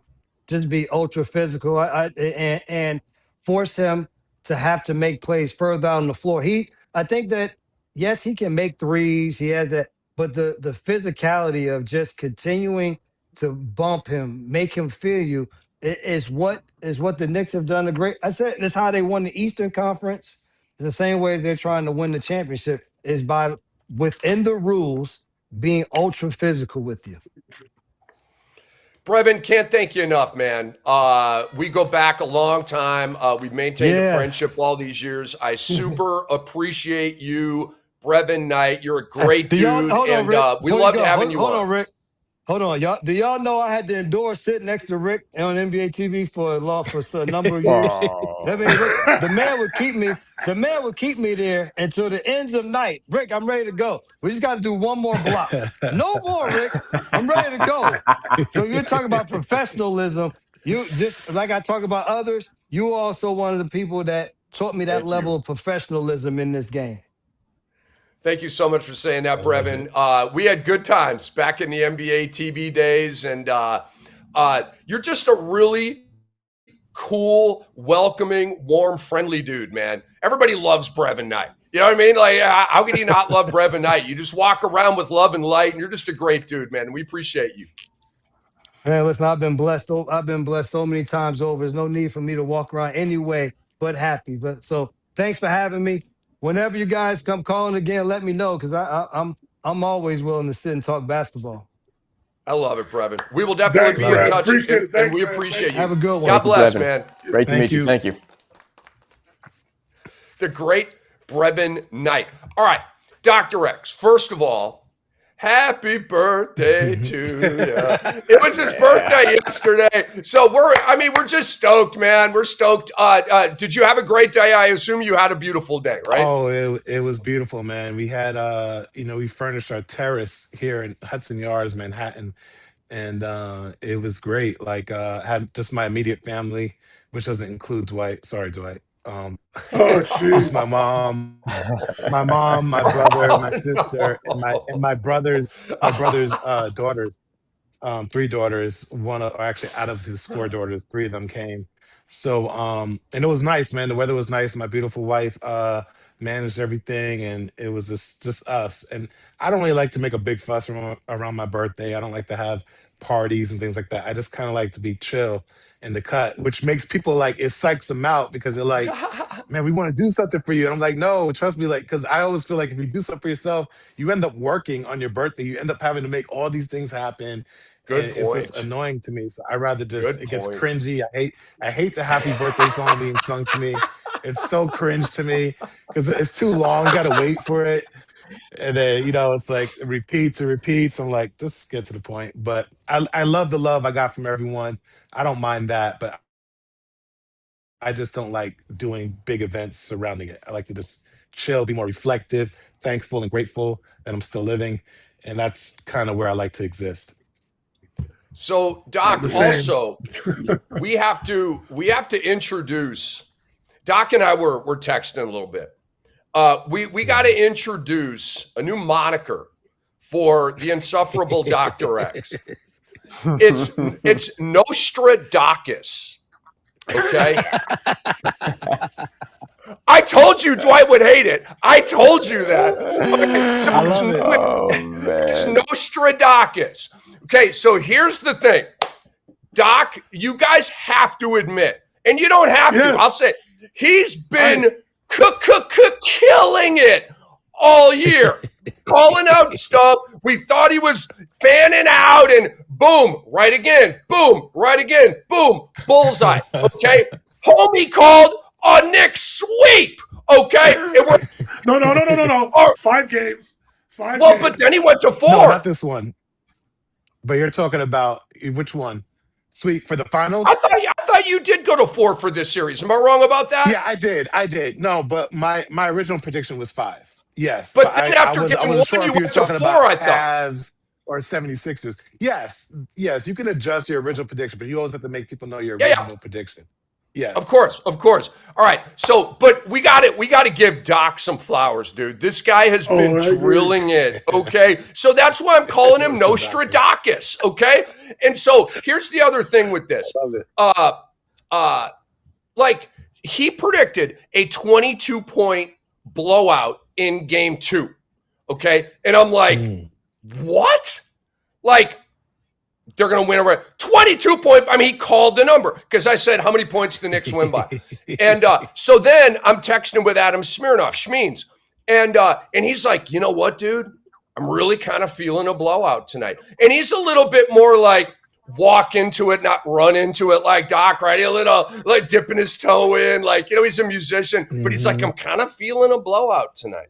Okay. So Doc, you didn't get your blowout. However, most people were picking the Spurs to win that game. I was. Yep. Okay. Yep. And what's the historical pattern? Road team wins game 1. Home team comes back with a huge punch, and they usually blow them out in game 2, blah, blah, blah. Okay. That did not happen. Okay. So here's the question, Doc. We're going to bring this all full circle to the first topic of our show. Okay. First topic of our show was, did the Knicks win game 2 despite Tony Brothers? Okay. And I had 6 examples of horrible calls by the refs. 6. Oh, I know. That wasn't even Cat's 3rd and 4th fouls. Okay. So the question is, would you have gotten your blowout without the NBA trying to rig game 2? Talk to me. Rick, I think a part of my prediction stuff is going with my gut and then not being a homer. Because see, what I wanted to happen was that it was a blowout. But I'm not sure if you saw my first text, and I erased it because I just got that feeling like I'd rather it just be a blowout. I don't want to be on the edge, right? So I first said Uh-huh. by 10. And then I was like, you know what? Nah, we should be able to blow this team out. So then I erased it. So instead, I couldn't erase it, so I had to edit it. So I just put the puff of smoke. If you look back at the Yeah, no, I text see it message, right here. You I said put the puff of smoke. you said I feel the Knicks will blow them out 22. Yes, but above that, there was like a puff of smoke. So I Yep. erased what was I should have stuck. It was like 10 or under, right? Yeah, exactly. There it is. There's the So smoke. yeah, there goes the puff of smoke. Yeah. So I should have went with my gut because I would have been right in that window. But all things considered, yes, there was a time where the Knicks could have gone away, but you also have to give credit to the Spurs. So the Spurs also had us down with the lead as well. I would just say, yeah, the refs did influence it. I don't like to blame things on the refs. This is probably the first time that I was able to say, like, you know what, that seemed a little fishy because usually you have to give credit to some refs. They're not on that side of the floor. They don't have an angle. But Tony Brothers was right there when OG Anunoby got hit. And I'm like, I don't care about the angle. You saw where his hand was when he got hit. Exactly. 74, right? Exactly. And I love these photos right here. So you saw where you got hit. So they had to challenge it to get that. And then the other surprising thing that people weren't paying attention to until they brought some light to it was that was their only 2 free throws of the game at that point. I mean, they either had 2 or it would have been 5 total. If you subtract those 3, we only had 2 free throws. And so all that said, I just feel like it was totally lopsided. I don't want to just get off the free throw numbers because you have to watch the game. But I feel like Yeah, there were things exactly. happening with the Mitchell Robinson, the whole Mitchell Robinson The debacle. It should have just technical been like, foul, you guys right? cut it out. The Well, tech, just no right? text at all. Just say, hey, just a warning. You guys cut Exactly. it out. I'm gonna call some Guys, text. show them that. Or if you're gonna Doc, call it, where is if you're the gonna call technical it, you foul? double check it. Doc, where's the There technical is foul none. on Mitch? Where? There is none. There is none. There is But I'm none. just saying, I understand the refs' predicament in that you have to get control of the game. So in that case, you'd say you guys cut it out. If you want to go give someone a tech, it's a double tech so that there's no free throws Exactly. and points involved. And so I just felt like that was a clear, like, too much with that. I don't like the officiating crew. Like they had this look on their face, like they're pissed off, like they want to make you have a bad day. They had that look in their face, both of the other refs. And the Tony Brothers is the same thing. Like he actually gives people texts for just doing the actual like replay sign. He'll give you a tech for that. That's a little narcissistic because you're allowed to do this. I don't care what you say. You're allowed to do this. It doesn't matter. It doesn't matter if you're showing up somebody. He's not doing it in his face. He's telling his bench as a captain of a team or a player in a team, replay it, especially if you have a replay remaining. It's not like you don't have a replay remaining. So all that said, I'm just like, yeah, the whole thing with Jose Alvarado, it looked like Wemby was like, when you twist a chicken's neck, to take him out real quick. The way he wrung, what's his name, Jose Alvarado's neck was that was tech type stuff, or at least a foul. So all of that, and then Darren Fox, that whole happening over there with him The double pushing. dribble, I you think mean? it was Wemby. Well, that You're too. talking I was about the going to get to Brunson that stuff. too. Yeah. Here's Yeah, the the double Brunson dribble, stuff Doc. in his Look at face. this. Yeah. Look at this. Oh, but Deuce McBride touched the ball, fellas. I Look at don't the know play about all again. that. I did see that. I don't saw know. that. I saw Play that. But Look, watch. He touched the ball right there. Come on. Yeah. I didn't. Dwight, you get that All one. right. He touched the ball. That one's okay. No, I agree. I agree. But, And then but we don't. And 11 other than sometimes $11. do refs, Dwight, to ask, I have a question. Do refs sometimes, do they give Fox a signal that he still has his dribble? Like sometimes they do that, right? Do refs do that? No. You have to know? No. You cannot aid players on the court. Go ahead, De'Aaron. You can still dribble. Nah. Okay. That's fishy. But they do that sign. They do that sign that actually says that the ball was deflected, right? They do that sign. No. If a player is fumbling the ball, they'll do this. Okay, so if they But did that, De'Aaron, that means De'Aaron Fox knows that he could still dribble again. That's all I'm saying. yeah, but in that instance, cuz he doesn't fumble the ball. He lost the dribble. So they're not going to do this. So it doesn't matter that De'Aaron Fox touched the ball then. I mean, McBride touched the ball. No. So once the defender touches the ball, the dribble is considered dead. You understand? But he took another dribble. He touched it. He took another dribble after he touched it. Because the dribble was considered dead. He gathers the ball and starts to dribble again. Okay, if you say so. So you would have called it the same exact way? I wouldn't. Okay. I wouldn't have made a call. Exactly. I don't know about you, Dwight. I take back what I was saying yesterday about No, you you know becoming what? an NBA ref. Okay, I don't know if you follow Milton Chavis's account, MDW. He explains it this morning on his account. Go to MDW and you'll see it. What was his explanation to all the other shady stuff? What was his explanation on all the other shady, unexplainable stuff? Cornette, like I Cornette said, kickball. The Cornette kick. Yes, 100%. What I did say, I give Rick 5 of the 6 examples that he put forth. I'll take it at the beginning of the show. I'll take it. I did say I'll that. take it. You did. Yeah, I'll take it. I did say I'll take it. I feel as though I've gotten at least a moral victory here with Dwight. Like maybe not a full-fledged winner, but at least maybe a slight moral victory here. And I'm feeling pretty good about that. No question. But okay, Doc, do you have to go or can you hang out for a little while longer? I can hang out just for the last part of this if there's some other follow-up questions, but you can get out with the people in as well. But I'm ready. Yeah, give me I can have about 5 minutes max. Okay, cool. So let me run down here to the let's do this one here. Doc, is Karl-Anthony Towns the Finals MVP after 2 games? I would say no, only because he's definitely runner-up. He's definitely runner-up and in the consideration. But ultimately, he has disappeared in the fourth quarters. He hasn't made clutch baskets, and you can't overlook the ability of Jalen Brunson to do that time after time again, and also to be successful at it. And first off, if you take it game by game, right? He had a very efficient shooting night, 17 and 12, right? And then so after the 17 and 12, Brunson had 30 points and a clutch basket. It's not his fault that he's being triple teamed. His MCL sprain. He comes back from that. He doesn't distract his team. Then on top of that, he gets his ankle stepped on and slid on by Luke Cornette again.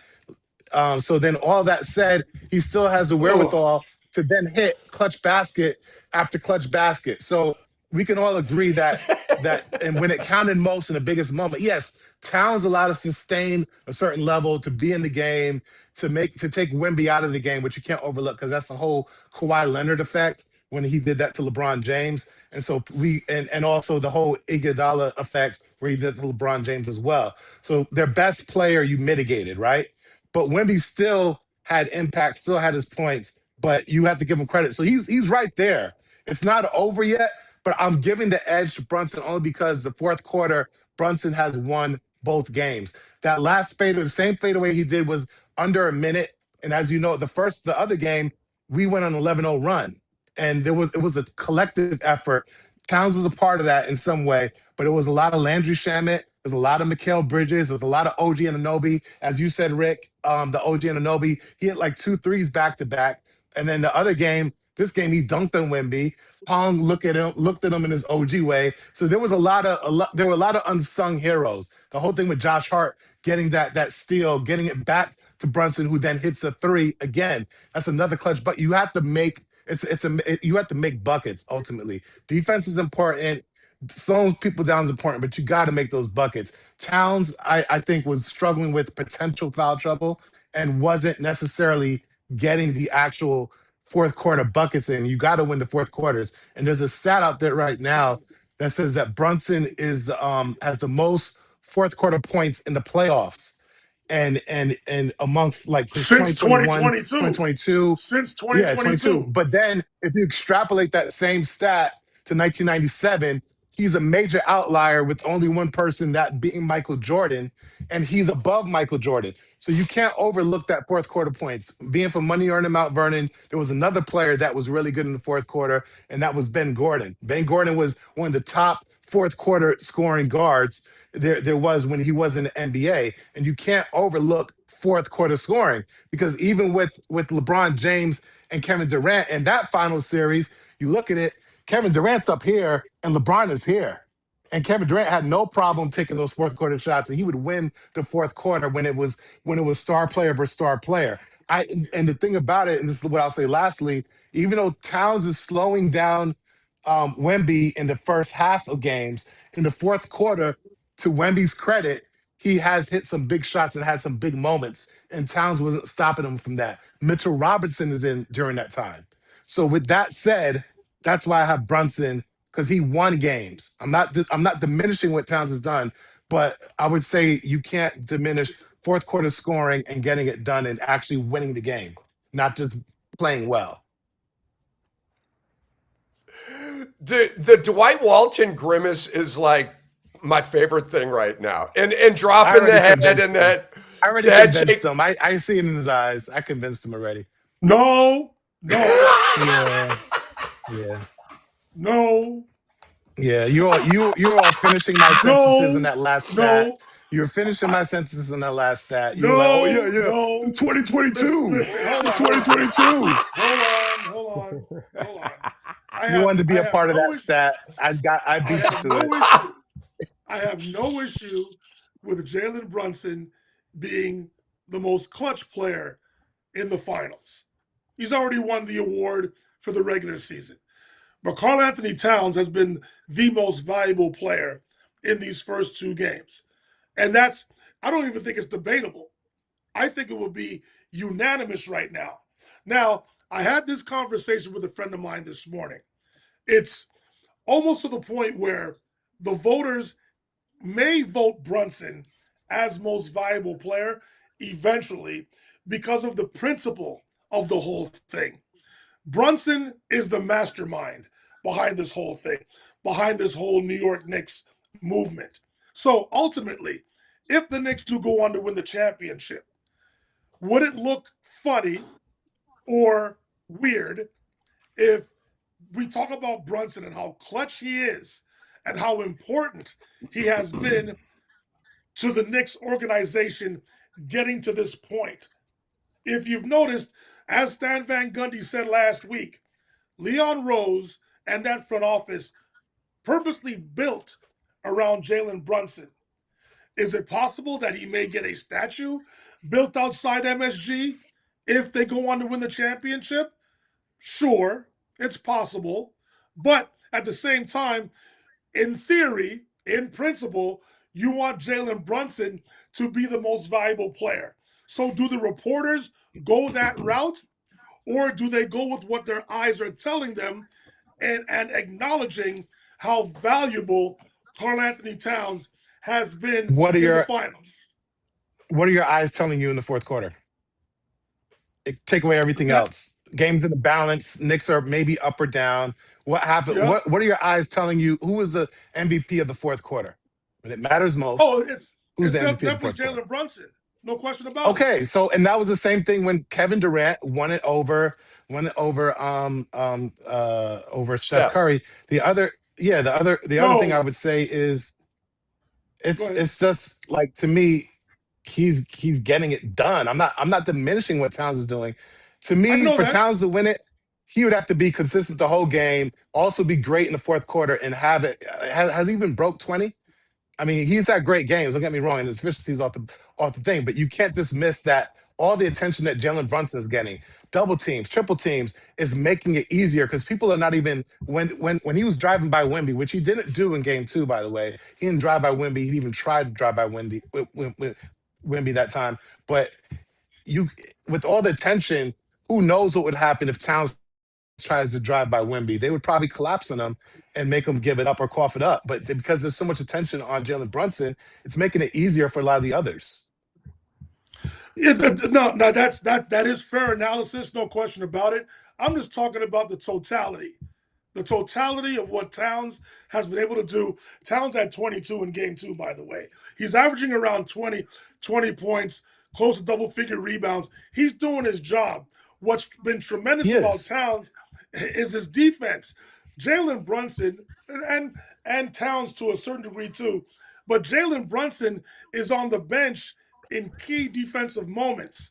So I'm not sure I can give Brunson the most valuable player. So is Towns. Mitchell Robinson played him in the last play. Yes, Towns probably would have fouled him. Game 2. Towns probably would have fouled him, and he would have been at the free throw line. Game over. Yes, no question about it. I'm just talking about the totality. Brunson is shooting He's trying to be different. The totality. Brunson is shooting 35% from the field. He's shooting 35% from the field. Do you think Jalen Brunson still has a sprain in his MCL, or you think it was miraculously healed in a quarter? No, that's the same way. The same way we like to say, "Hey, De'Aaron Fox has a high ankle sprain and may be struggling with this." Hasn't even been a week. Jalen Brunson is playing with a grade 1 MCL sprain right now, and he's still giving him the business. He has 3 defenders coming at that last play. There was one play where Fox swipes at it. You have Champagny D'ing him, and then Vassell comes over, jumps as high as he can. All these guys can put their hand above 10 feet. Still not enough, and he jays him right in the face. 5'11", 6'1", whatever you want to say, twice. Same spot on the court, no problem. And has balls to take it. And then on top of that, he was having a bad game. So most players would be like, you know what, it's Towns' game. Let me defer to him. He didn't take away from him. He just stepped up in the moment. Towns was nowhere to be. Not against him, but I'm just saying, like, Towns wasn't the one that was trusted with that weight. And he delivered in that moment on top of that. So not only did he take the shot and make it, he delivered it, do it, and did it twice at home in the first 2 games of the NBA Finals. He's my Finals MVP. And he could be runner-up, but he's definitely not Finals MVP. I'm sorry. No, it's Towns, and I'm sure everybody that's voting has Towns as well.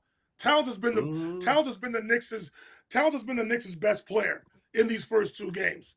He's been the most efficient player, and he has had impact against the best player. He's not the best. He's been the best player. People could argue that he hasn't. If you take away Jalen Brunson's stuff, they're not winning those first 2 games. They're that close. And you take away Towns. If Jalen Brunson doesn't come back to that game, it's a blowout. I don't care how many possessions he D's Wemby. Wemby, he would eventually foul out Karl-Anthony Towns. If Jalen Brunson does not come back and play like he didn't get hurt, they do not win that game. It's a blowout. I agree. That's fair. I agree with that. But it's been Towns in the first 2 games. That's not debatable. And then if he doesn't play again because he has an MCL sprain, it's another win in the Spurs' favor. Yep, it's 2-0. Correct.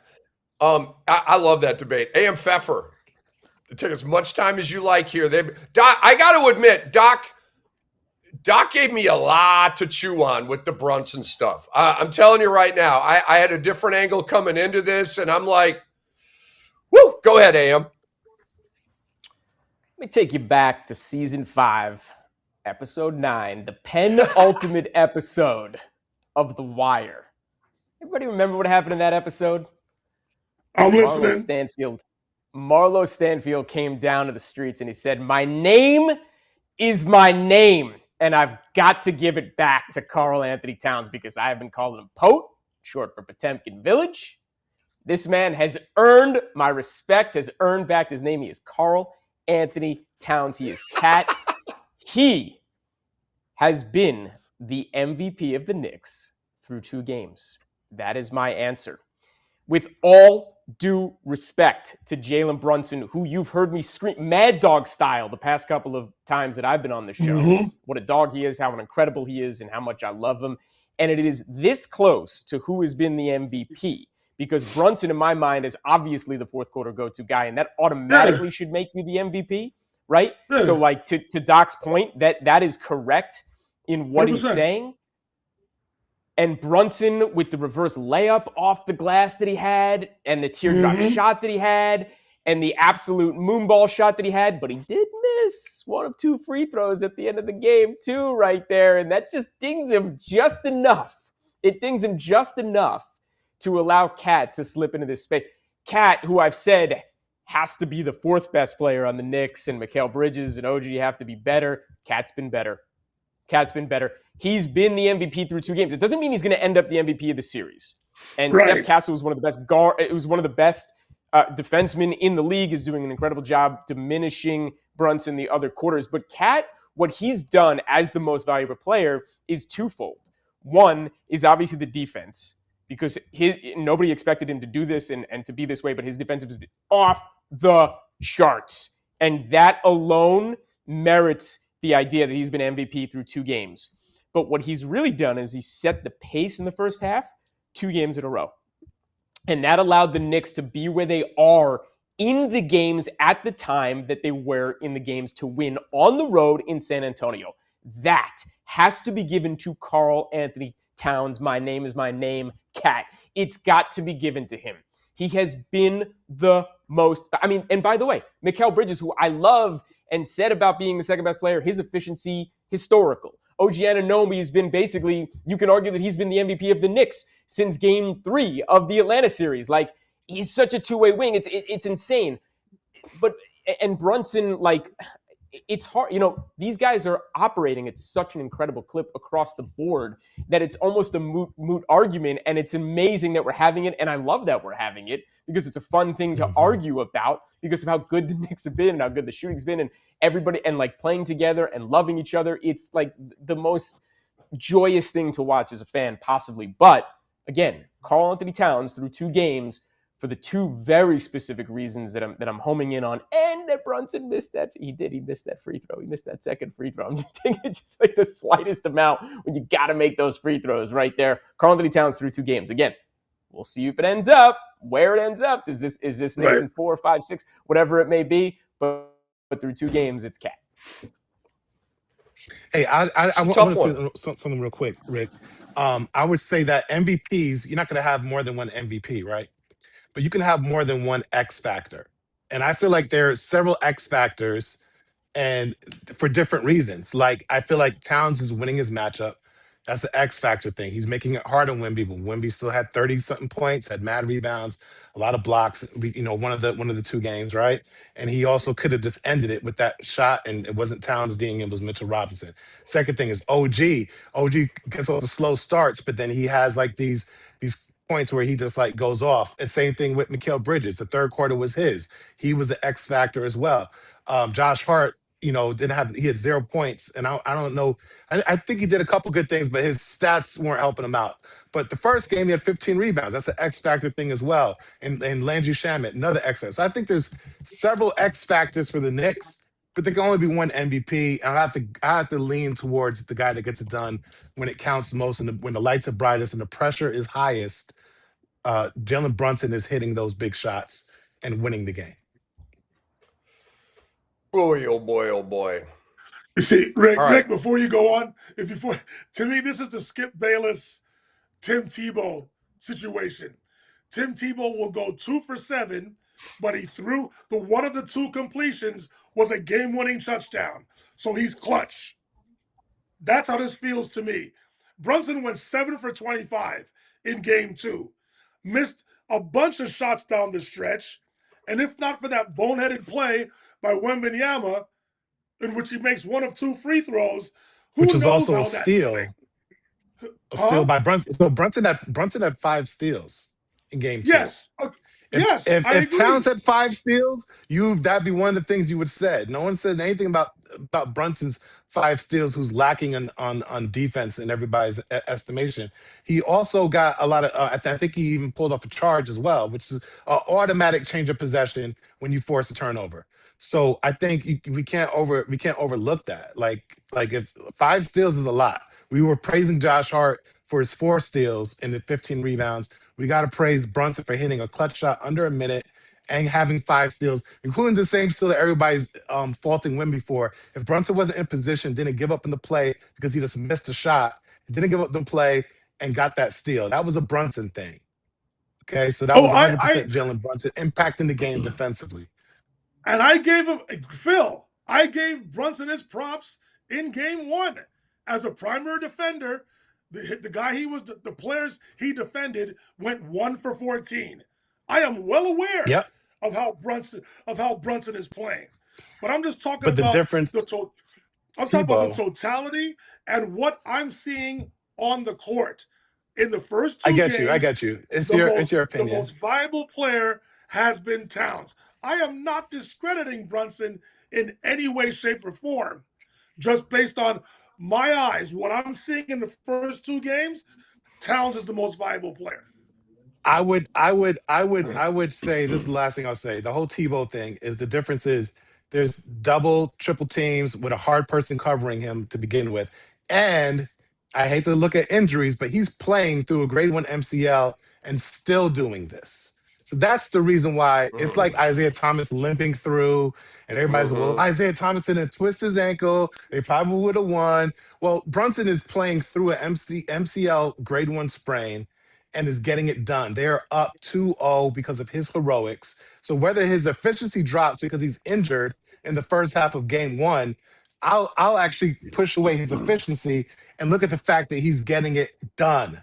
That's the difference. He's not complaining. He's not favoring it. He's not grimacing. He's getting it done despite the injury. So what drops off when you have all that defense is your efficiency will drop off. You don't have to say we want to say, oh, Fox doesn't have the same lift in his jump shot because of his grade 1 ankle sprain. So that's why his efficiency has went down. But we still expect him to have a good game. So he has a good game 2. All right, Fox, check that box.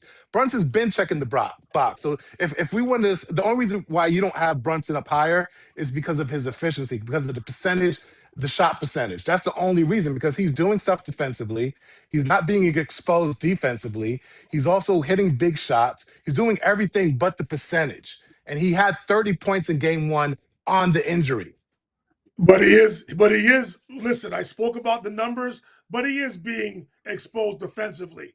The Spurs are targeting him, Phil. You have to watch the totality of the game. They're targeting him defensively. They're going at him. For real. They really are. I don't know about that. Give me your best possession, because we could point to several possessions when it was CJ versus Brunson, and they've actually learned how to get around that, where they just double team the person that's doing it, make them decision maker. So I don't. Yeah, but give me an example where it's worked. Where has it worked? And that's my point. He's playing through all of that, being targeted, having an injury, also, and he still gets 5 steals, so he's giving it back to them the same way.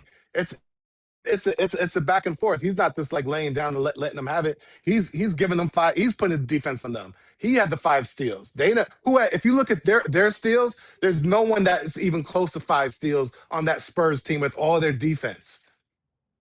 No one. I looked at it. Yeah, but all steals. So target these, because honestly, that's not enough. All statistics aren't created equal, cuz don't do that. He's playing through them. Basketball, no. That's Your not how it eyes works. could tell you. That's not how it works. Look. That's not how it works. Well, guess what? All that defense they're playing, it's only decreasing his efficiency, but his actual results haven't been affected. And that to me is a sign of a great player who deserves to win MVP playing through an injury. But he's not the MVP. He's not the MVP after the first 2 games. He may eventually win it, but not right now. Not right now. That's fine. In your opinion. Not right now. Pardon me. Doc said it best. I'm in a virtual tie here, but I'm not gonna say it's a tie. No, I mean, I gotta pick a side here. How lame would that be? I'm Cat 51, Brunson 49. Doc, I'm telling you, I was probably 80-20 coming into the show. All right, maybe even 9. I don't know. I didn't even calculate it, but I was pretty. You just brought up I was okay, wow, okay, I don't know. Obviously, we've lived both of these games, right? But bringing up the injury stuff, very, very important. We all know what he did in the fourth quarter of game 1. But the fact that he had 30 points, right? He had 30. Okay, I think that gets lost in the shuffle a little bit. because you focus on 34% from the field, 23% from three, right? And he is averaging 25 a game in the series, all right? Like by far the most for the Knicks. And Cat is at like 19 and a half or something like that.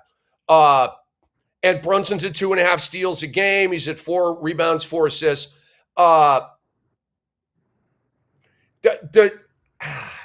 Like I said, it's super close. It's just, can we have a Finals MVP? And I know we're halfway. I don't know where we're after chapter 2. Okay, or can we have a Finals MVP shooting 34%? Have we ever had a Finals MVP shooting 34%? I hate to like get hung up on that, but and look, I think the voters are going to use that to discredit Brunson more than I would. The voters, to me, gifted Andre Iguodala a Finals MVP. That was a Travis Shamockery. It was an absolute joke. He shut down LeBron James. The hell he did. Go look at LeBron James' numbers in that series, okay? Did he take a bite out of Bron? Did he maybe slightly limit LeBron? Yes, okay? Like, there was a difference that it's not like he took LeBron from 39-11 down to friggin' 11-4-5. Okay, it didn't go down like that. It was bullcrap. One of you guys asked in this, like, would it be funny or weird? It might have been you, Doc, like for Cat to win Finals MVP and not Brunson, who, of course, is the leader of the Knicks. It was you, Dwight. Yes, it would. Okay, that doesn't mean that Cat shouldn't win MVP just because it would look weird. Like if Cat legit deserves it, cool. I mean, but here's the other thing with that. Would it look weird? Yes, but kinda, right? Because Brunson's the main dude. But here's the thing. Is Karl-Anthony Towns going to be a Hall of Famer one day? Yeah. If they win the championship. No, he is guaranteed. He's guaranteed for the Hall of Fame even if they don't win the championship, for me. Yeah, absolutely. He is waltzing his way to the Hall of Fame. That's fair. Okay. So if a Hall of Famer wins Finals MVP, that's not weird, right? Even if it's not the main dude, right? You have 2 Hall of Famers on this team. But that's all I got to say. Who do I want to win Finals MVP? You already know. And let me also say this. Who do I think is going to win MVP? Like, what's my prediction right now? I think Jalen Brunson's going to win Finals MVP because I think he's going to have 2 ballistic games here and sort of correct a lot of the statistical stuff. And so I just think Brunson's really going to flex in these games. And we're going to talk about that in a little bit. Doc, I know that you need to go. And we're not going to. Lastly. Yeah, hit me. I think he corrected it in game 1. If you just look at game 1 in the vacuum, he was 5 of 9 in the fourth quarter. He corrected it. He corrected it through the injury. Go back to the locker room. 5 of 9 in the fourth quarter. That can't be overlooked. So I'm going to ask everybody that's picking Karl-Anthony Towns. The main reason can't be his efficiency. For someone it's that not, dude. plays through it. I haven't even gone in. Yeah, Doc, I haven't even gone into this. It's the force he's playing with, the aggression he's playing with, the vigilance he's playing with. He's not getting into foul trouble. And I know, they ran him out of the damn game in that rigged attempt in game 2, right, with fouls 3 and 4. But he's been doing a good job, right, of not getting his hand caught in the cookie jar. He's driving at Wemby, not settling for Jays. I just love the overall mindset of Cat. And Cat has been a shrinking violet before in his career.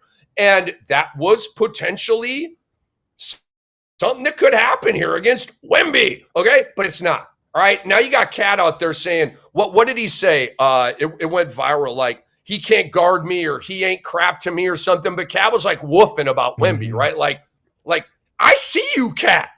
Dude, like I said, this Cat didn't exist in Minnesota. This right here. Look at him talk his junk. That you never saw that with Tom Thibodeau in Minnesota. I shouldn't have brought Tibbs' name into it because it wasn't Tibbs' fault. It wasn't. Tibbs, you my homie, man. Tibbs, you're the homie. Rick and Cuz, if Towns has a 25-12 game tonight, Ooh, yes, and he I yes. hope and he so. makes I hope and he so. makes life Trust me.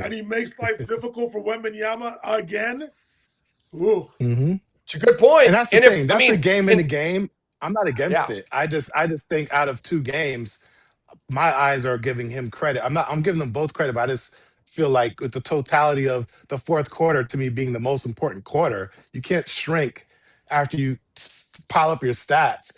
And you know what? This is what I'll say. I promise it'll be the last thing. If Brunson was efficient in the first quarter, 5 of 9, and then he wets the bed in the fourth quarter, then I would wow, say Towns is wow, actually the one that's the Finals MVP. But he just got better as it goes along. And honestly, when people are evaluating applications to go to medical school and stuff like that, there's some people that they will let go into medical school. This wasn't my case, by the way, because I was a consistent one. But there's people that started out bad and they got better. And because they got better, they look at that and they accept them based off of that. 100%. Then there's other 100%. people who are supposed to do well, had a scholarship, lost it, did all this other crap, and then they kind of like bounce out to get where they should be, and there's just good enough for them to get into medical school. And those are the ones that they actually turn down. They got to go somewhere else. That's the wow. difference. And so to me, I look at what the most important moment, your trajectory has been not to give up. You're getting better. You're still maintaining greatness even in the midst of adversity. And that's why to me, Jalen Brunson is that person. Hey, Doc, how many points from Brundog tonight before we let you go? I would say 30 plus. Give me a number. 33. Okay. Because this is a topic for Patrick later in Ewing the game. show. The Patrick Ewing game. Patrick Ewing game. Let's go. Let's go. Doc, you're the best, man. Get happy. Oh, look at that. Well Love done, it. Jason and Kai. Look at these two. I like the one over here. I mean, you're on the boat. What? That's like in Italy or something, right, Doc? That's Lake Como. Yeah. That's Oh Lake my Como, man. gosh. Oh Yeah. my gosh. You guys are the best, Yes. man. You guys shout out to Such Shalea, vibes. by the way. Shout out to the great Yes. Shalea. Yes. My guy. That's my My guy. baby girl. Doc, so for Fellas, I gotta you, roll. so I gotta buy these what's the tickets. Mhm. what's the game scenario? You just going down to the garden and So, what's the so I'm thinking of I'm hope there's no one of note that can actually buy these tickets that I'm about to say, but I'm hoping to buy maybe a single ticket to Game 4 because she's singing to honor Walter Asanov, who wrote a lot of the Mariah Carey songs on Mm. Thursday. So she shouldn't technically be going to the game on Wednesday, screaming or being around germs and stuff. So good that's gonna point? be my birthday gift, my single game by myself. But I'm trying to potentially get 2 tickets at the very last moment because they have shut down all the streets around Madison Square Garden because President Trump is going there, and you have to get there with like at least 2 hours to spare. And then on top of Wow. that, you have to be able, you can't even walk there. You have to walk through, you have to show a ticket or you can't get past 30th and 35th. So you have to Holy show that cow. you have a ticket to the game. So I had to buy a ticket before that. So the price are going to be going down. So I'm waiting to buy those 2 tickets right now. But I almost bought a single ticket Game 4 because at least I would have guaranteed that game and then potentially sell it. Because if they win tonight, that closeout game is going to go Holy crazy. cow. If they Yes, it lose is. tonight, then it's not. It's going to actually drop because now there's an actual Game 5. You get what I'm Yep. saying? So there's all these Totally. little Yeah, yeah. games I'm playing, and it's a lot. So I got to go back to scouting StubHub. Give us because you don't need to scout any of these other teams anymore. Like Dolan's like, Right, thank you for your scouting reports. Where you've been a great soldier for us throughout these entire playoffs. They're like, we got this now. But Doc, good luck. Hit us on the group chat and let us know what you end I up will. doing tonight. I'm curious. Thank you, fellas. I appreciate everybody. Thank you, AM. Thanks, Dwight. Thanks, Rick. All right, Thank you, cuz. Jason and Kai. Appreciate You it. the man, Doc. Peace. See you, dude. All right. Peace. And now it's just us. All right, fellas, let's have some fun. And our great audience on Beyond the Surface on the X-Rated Sports Network. AM Pfeffer, you go first. Did Wemby choke at the end of Game 2? Ooh, it's a good one. That's a good one. No, I don't. Come on, I don't Am. like. Come on, Am. You know, again, we've spoken. You know, the term choke has to be reserved for very specific moments. I do not think he choked at the end. One-on-one. He did not choke at the end. What he did was look to pass the ball to a guard, which was the right play. It was a goofy, terrible decision that he kind of looked, you could see him kind of looking off in a different direction and didn't quite see that Castle was turned around. Castle has a responsibility not to just run up on the floor and turn around. You've got two guards on the floor, and if you're one of the guards, you need to be looking at the guy with the ball who probably shouldn't be taking the ball up at that time. And Wembanyama, who's capable of doing it, should not be the one taking the ball up there. Wembanyama got the rebound. That was a nice play, and he took the last shot, and it was close. And good for him for taking the last shot and getting a wide-open shot and recognizing where he needed to be off a Fox pass. I don't think he choked. You know, it's really interesting what the Spurs did, which was a mistake when they had the foul to give, was they took it. And then Wemby, who made a bad pass, then fouled Brunson off the steal. That, if you want to give him like the idea of where he choked mentally, that was more of a choke than even the pass, in my opinion.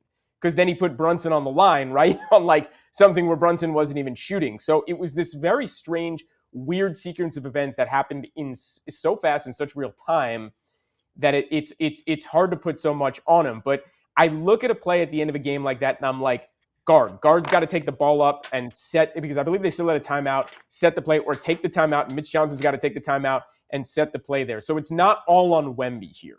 So it's not a full choke. It's an unfortunate set of events. You can almost say that he choked by missing the shot, right? By missing the game-winning shot. That could be a choke shot. But again, the choke is really got to be reserved, and we've spoken about it on this show before for like very extenuating circumstances. That did not happen in this game. Wemby was, dare I say, stupendous in the second half of that game across the board, and a huge part of the 14-point run that brought him back into the game. Tony Brothers choked in the last part of that game to the Knicks. If anybody choked, it was Brothers, and given the foul back and actually call it a foul on Wemby against Brunson there, putting Brunson on the line. But no, I don't want to say that Wemby choked. No, you're on mute. Rick. You're on mute. Mute, Rick. The powers that be with the NBA do not think Tony Brothers choked. They're very, very, very happy with Tony Brothers right now. They got a Game 7 in the West Finals because of Tony Brothers, okay? And they would have gotten a much longer series in the finals had the Knicks just not been this badass team that's overcoming everything, including a one-sided officiating crew. Dwight Walton, did Victor Wembanyama choke at the end of game 2? Definitely not. But it's just, I understand. Choke is such a, as AM astutely said, it's a weird, strong word to use. It's easy for barbershop talk. It's easy for social media. But for me, if you look at that possession, great individual defense. He got the defensive rebound, but because of Steph Castle, De'Aaron Fox, and Dylan Harper used to allowing, and Mitchell Johnson, the head coach, so used to allowing Victor Wembanyama to initiate the offense, Castle initially looks at Victor and then realizes, you know what? He could bring it up, no problem. So we took his eye off of Victor Wembanyama, and that's when the pass was made. I'm in a discussion right now with a friend of mine who used to be a head coach here in Canada. He thinks that it was Steph Castle's fault. I'm like, when you have the ball, you have to make sure that you see your teammates' eyes before you pass them the ball. And there's an angle to where Steph Castle, his back is clearly to Victor. And Victor has the opportunity to not pass him the ball. And it's unfortunate. It's Wembanyama's fault.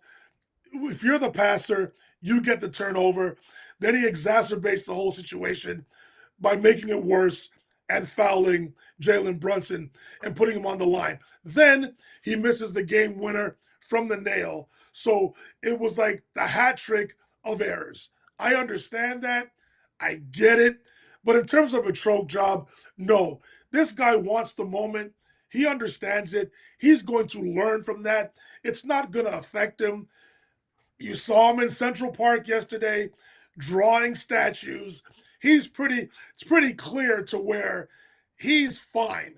I'm not worried about him. It's the definition on the streets is a choke job. For Dwight Walton, for A.M. Pfeffer, it's not a choke job. I mean, cue the violins. I mean, it's such a serene scene. This to me, this is the worst look of Wemby's career for me is that turnover in game 2. The second worst look for Wemby in his 3-year career is this right here. You've got to be kidding me right now.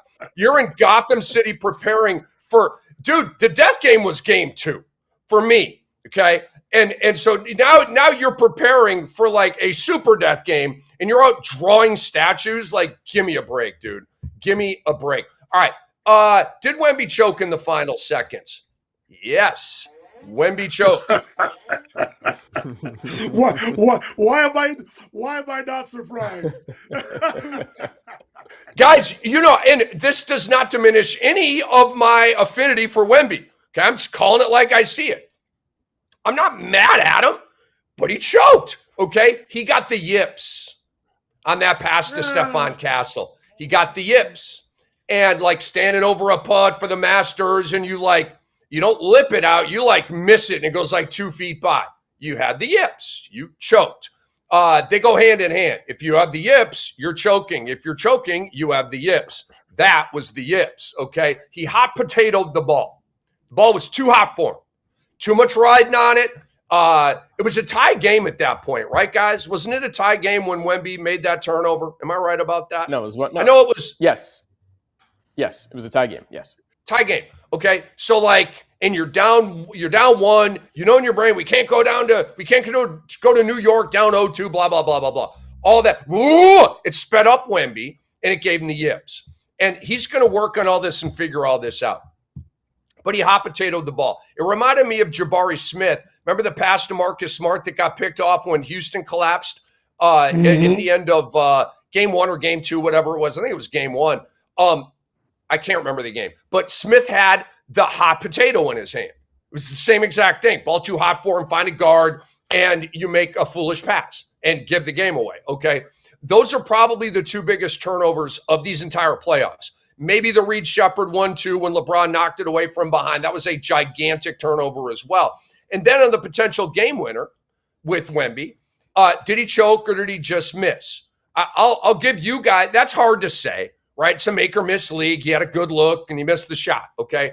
But when you combine his unforgettable, it's not iconic, it's infamous, turnover with the foul and then the missed shot, that's a pretty dang, I think Dwight called it the hat trick. That's a hat trick of jokey behavior. It is. And like I've said, very few people, not that I'm a choker at all, but I come from a land of chokey sports. I'll say it that way. I come from a land of chokey sports. I don't know. Maybe there's a different way to say that in a different language, but guys, it's okay. It's okay. Wemby is not a choke artist like James Harden, Tony Romo, Carson Palmer. He's not like that. He's not a choke artist, okay? Like Greg Norman at the Masters. That's choke artistry. Those are the Mona Lisas of choke artistry. Okay? No.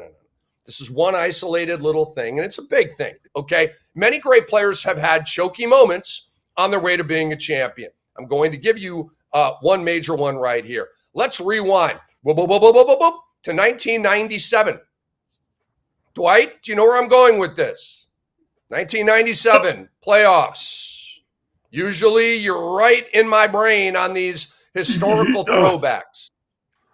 Oh boy. Do you remember a famous player who had an infamous choke job early in his career that he later corrected times a lot? Or am I being too cryptic here? No.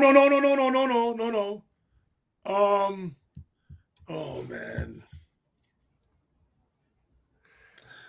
I don't remember. Not right now. Kobe Bean Bryant. Oh shoot. Kobe Yeah. Bean Bryant in 1997 went air ball, Four air balls. air ball, air ball, air ball. Yeah. Four air balls in an elimination game. That's choky behavior. And we know that Kobe Bryant's one of the clutchest humans we've ever seen in our lives. But early in his career, he had a choky moment that he got over. That was Wemby's choky moment. That was his Kobe versus Utah moment, okay? And I still think Wemby's going to win 6 rings, okay? And like I said, I want the Knicks to win right now because it's going to be way harder to win chips against Wemby next year and every year moving forward, okay? Get it now, all right? So Wemby also choked after the game. I just want to put a little cherry on top here. Victor Wembanyama said after the game, quote, "I could have been better at recovering from the high of the conference finals." Bro, what are you doing? Keep that to yourself, Wemby. If I were Mitch Johnson, Pop, Duncan, Manu, like his counsel, I'd be like, bro, love you. You can't do that. You can't do that. It's exposing too much weakness and vulnerability, like to the public. And we all want honesty and we love it when players bare their souls and all that, but it's not always good for business. Okay. If I'm the Knicks and I see that, I'm like, brah, there's blood in the water and I'm a great white shark and I'm about to just go, whoosh. No, screw that. I'm a megalodon. Okay. And I'm going to inhale the whole thing. Right? Because a great white shark's going to nip at you and like eat you eventually. But the megalodon's just going to be like, you're mine. Goodbye. That's it. Okay? By the way, those movies are dope. I love the Megalodon movies. And Jason Statham, a 5'8" assassin, is going to take down a 3 million-year-old Megalodon. It's so cool. I love that stuff. Anyway, Victor Wembanyama. Go ahead. But Rick, the thing is, here's my rebut, if you will. We can't praise Wembanyama for going to the monks and being so introspective, being so calm, cool, and collected, and then talk about how he shouldn't be so honest with us when talking to the media. He shouldn't be in a park, whether it was Central Park or wherever it was close to his hotel with his family, drawing statues on a park bench. I think that's what we love and respect about Victor Wembanyama. Not everybody has to, as you said, and I've heard some of my friends say, lock themselves in their hotel room or their bedroom and be stewing and have a towel over their head and have fire and smoke coming out of their nose, ears, and mouths to make ourselves feel better. If this is how Victor Wembanyama needs to motivate, to relax, to center his emotions, let him do it. This is how it is. But those are two different things. I do want to be clear about this, Dwight, I want to agree with you about this. The Central Park thing, I got zero problem with. And Rick, I get where you're coming from, and you want the killer instinct, and you want to see this, that. Hey, we all mourn in different ways. We all fire ourselves up in different ways. I bet there are guys in certain locker rooms listening to Tchaikovsky more than Lil Wayne. So that's just the reality of the situation. That doesn't bother me at all. But Rick, you're right about one thing. He should not have been up there saying what he said about the high of the coming off the conference finals. And your line is perfect, and AM Pfeffer loves when you talking business, and that was bad for business. And you don't ever cross the line, bad for business, bad for your team, and give not just anybody else, like the public, an opportunity to come at you, but you do not give your current nemesis, the New York Knicks, an opportunity to come at you. They will eat you like a megalodon. That was the wrong thing. He should not have been up there saying that. And if he drops 40 and 20 tonight?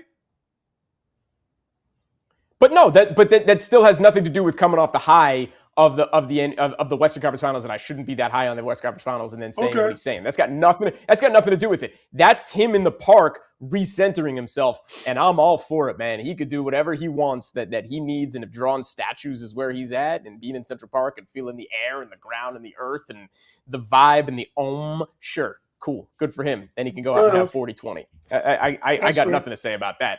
Yeah, I can live with that. I'm going to table that for now, because my rant, I'm going to get back into that a little bit and sort of the locked in mentality and all that kind of stuff. But I don't want to get into that yet. All right. I want to put a clock on this one because we have a ton of ground to cover here. And we've already had an extravagant show. So I want to juxtapose all right, Kendall Gill is going to have to reschedule, and that is totally cool. Kendall, for those who maybe saw it on Twitter or IG, Kendall works for the Bulls. He's a broadcaster for the Bulls. They called a pop-up show to celebrate the late, great Stacey King, and he got called into that. And so we'll get Kendall down the line. 100%. Okay, so I want I want you to go first on this.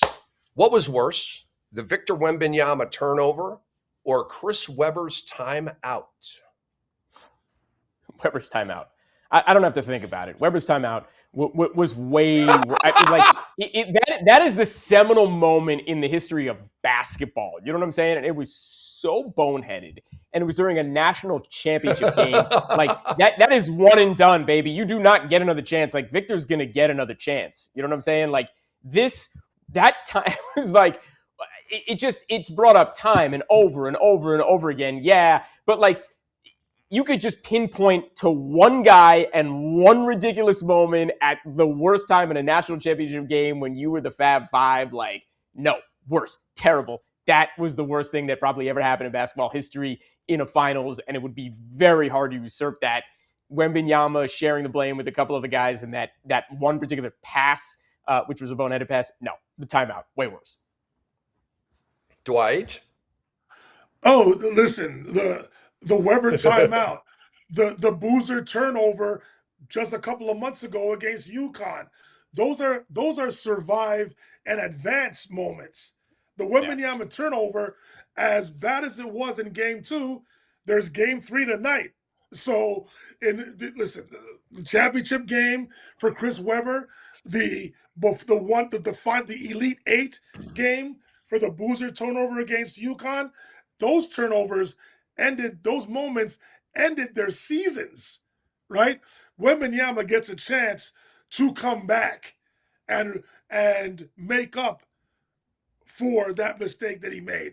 It's he could have made up for it in the game. Webber couldn't have made up for it in the game. Boozer couldn't have made up for it in the game. Like Wemby still had a chance to actually hit the last 100%. second shot in the game. That was way worse. 100%. It's the Webber timeout. It's not even a debate. Yeah. Yes. Well, I believe it is a debate, and I'll get into it in a minute. Guys, timeout real quick. See, this isn't actually appropriately called timeout. Put Correa Gage's comment up. I wanna read this. I think it's a good question. Did the coaches not tell them the timeout situation? They should have been yelling out if they had any or not. Honestly, that happened so long ago. I can't remember I think the coaches were trying to tell, or maybe the coaches did tell them in the huddle before. I can't remember. Right? Can you guys remember that? Rick, there was a documentary on the Fab Five, and there is documented evidence that he was told that they had no more timeouts. So he just had a brain fart. So it's just a brain fart. Yeah. You know how it is, though. Sometimes you're at a time. Sometimes as a player, you're in a timeout, but you're not in the timeout. I understand what you're saying. Yeah. You're locked in, but maybe not quite listening to everything. Yeah. Sometimes, but how about that moment in the national championship game? You might have probably should have been listening that time. Sure. You know what? This wasn't game 8, in the Big Ten, like against So hold on. You want to talk about a choke job? Initially, Chris Webber traveled. The referee didn't call. Yes, he did. Yeah. That was a choke. That was a choke job. Then he calls the timeout. You talk about the yips? Webber had the yips. Oh, yeah, that was a choke. If you would ask me if it was that moment, I would have said choke job for what Webber did, not what Webber did. He walked, then called the timeout. That's a yips choke job. No question about it. Yeah. I agree. Okay, Korea, thank you for that question, and thank you for checking us out. Korea. We appreciate you. I say Wemby's pass was worse. Reason number one, the NBA championship means more than the national championship. I may be alone on that, but that's how I view it. Wemby threw away the series with that pass. They lost a must-win game. When you lose a must-win game, that means you're screwed. Number three, Chris Webber made a colossal mistake while in college. Wemby made a colossal mistake in his third season as a professional. Big difference. Number five, I thought Wemby was perfect. I thought he was flawless, feckless. And it turns out he's human with spaz-ass moments just like the rest of us. So, so Wemby showed me something really an there. alien? He's not really an alien? I don't think he's actually an alien. Although, I'll say this, the ABC ESPN has that little go to break picture of Wemby, right? And they've got the little alien drawn on it. It cracks me up, dude. It cracks me up. It does go to the conspiracy theorist in me, like, what are they preparing us for? Anyway, back to our subject here. Okay, let's go. Dwight, I say that stuff to get the grimace face and the throwback of the head. I love it. And I'm just being sarcastic. I got like this. There's a comedian inside of me that continues. He's like knocking hard at the door, like, let me out. And sometimes some sarcasm comes out. Anyway, all right, let's move on here. I want to have another 60-second debate, guys. I want to go to AM first on this because this is very business oriented. And AM, I know you went through the rundown and you saw the Mikal Bridges question. Would you do the Mikal Bridges trade all over again? No, not at this point. Not where we are post CBA. Not 5 picks. And don't get me wrong. Like to give it all up and how great he's been and efficient and where he was in the play. There's other opportunities and other guys who are going to fill the role. The future after the CBA is in place in 2024 is too crucial to give away 5 picks for what's coming down the future. And who knows where the 3-2-1 rule goes and where this is going. 5 picks is too much for it's too much for any superstar, let alone Mikal Bridges, where he was as, borderline all-star or two-way player or whatever it was. It was just too much. That's the business guy in me, right? You're bringing it back down to like the baseline. Like, I can't equate the balance of it. The math will never work on that as wonderful as it's been. However, having said that, F them picks, baby. Go Knicks! With not a second to spare. Dwight Walton, would you do the Bridges trade again? Would you have asked this question on April 23rd, Rick? Give me a little bit more context. He was playing god-awful on April 23rd. Oh, yeah, I get it. Yep. Would you have asked the question on April 23rd? No, it's because he kicked ass in game 2. Okay, so there's my answer. I would never do this trade. Ever. Wow. For all the you know what? Forget the reasons AM brought up in terms of the CBA. Mikal Bridges is not a trade 5 picks player for. Wembanyama, LeBron James, Kobe Bryant, Kareem Abdul-Jabbar, Magic Johnson, those are trade 5 pick players. Mikal Bridges, no, never, under any circumstance. So overall, I'm going to disagree with both of you. However, Dwight, I 1000% agree with what you just said, that Mikal Bridges is not a 5 first-round draft pick guy. So I say big yes. The answer comes from the results. Had the Knicks lost to the Cavs and Bridges struggled, then it's probably a different answer. Bottom line, the Knicks sure frickin' look like they're about to win a championship. If you win 1 title with Mikal Bridges, it was all worth it. Every player, every pick, it was all worth it. F them picks. 20 years from now, they're not going to be talking about that. 20 years from now, they're going to be talking about the tears that were in their eyes when their beloved Knicks got the championship. And so that's my answer. Let me go back to the trade, okay? Just in case people like, or what was the trade? Okay, Bojan Bogdanovic, no longer in the league. Shake Milton, my guy, I like Shake, liked, probably with a D, I believe no longer in the league. A dude named Diakite, I think, I don't want to guess at his first name. I can't remember, but Diakite is big. 4 unprotected first-round picks, 1 unprotected pick swap, and 1 second-round pick. If the Knicks win the championship, which, what are the percentages? It's very, very high right now. No team's ever lost the first 2 at home in the finals and come back to win the series. I like the Knicks' chances, okay? Yes, I'm cashing in all that to get that chip. Because would the Knicks be on the precipice of a championship without MIKAL Bridges? The answer is no. MIKAL Bridges' shooting splits in the playoffs are 58, 38, 96. 58, 38, 96 for the whole playoffs. They are not Rick, here without him. But Rick, this is why I asked, when you asked me for my answer, that's why I asked you on April 23rd, do you ask me this question? Because the first thing you said is results-based. That's the first thing you said. The only reason you're asking this question is because those splits have happened since April 24th. Before that, everybody and their grandmother was kicking MIKAL Bridges anywhere on his body.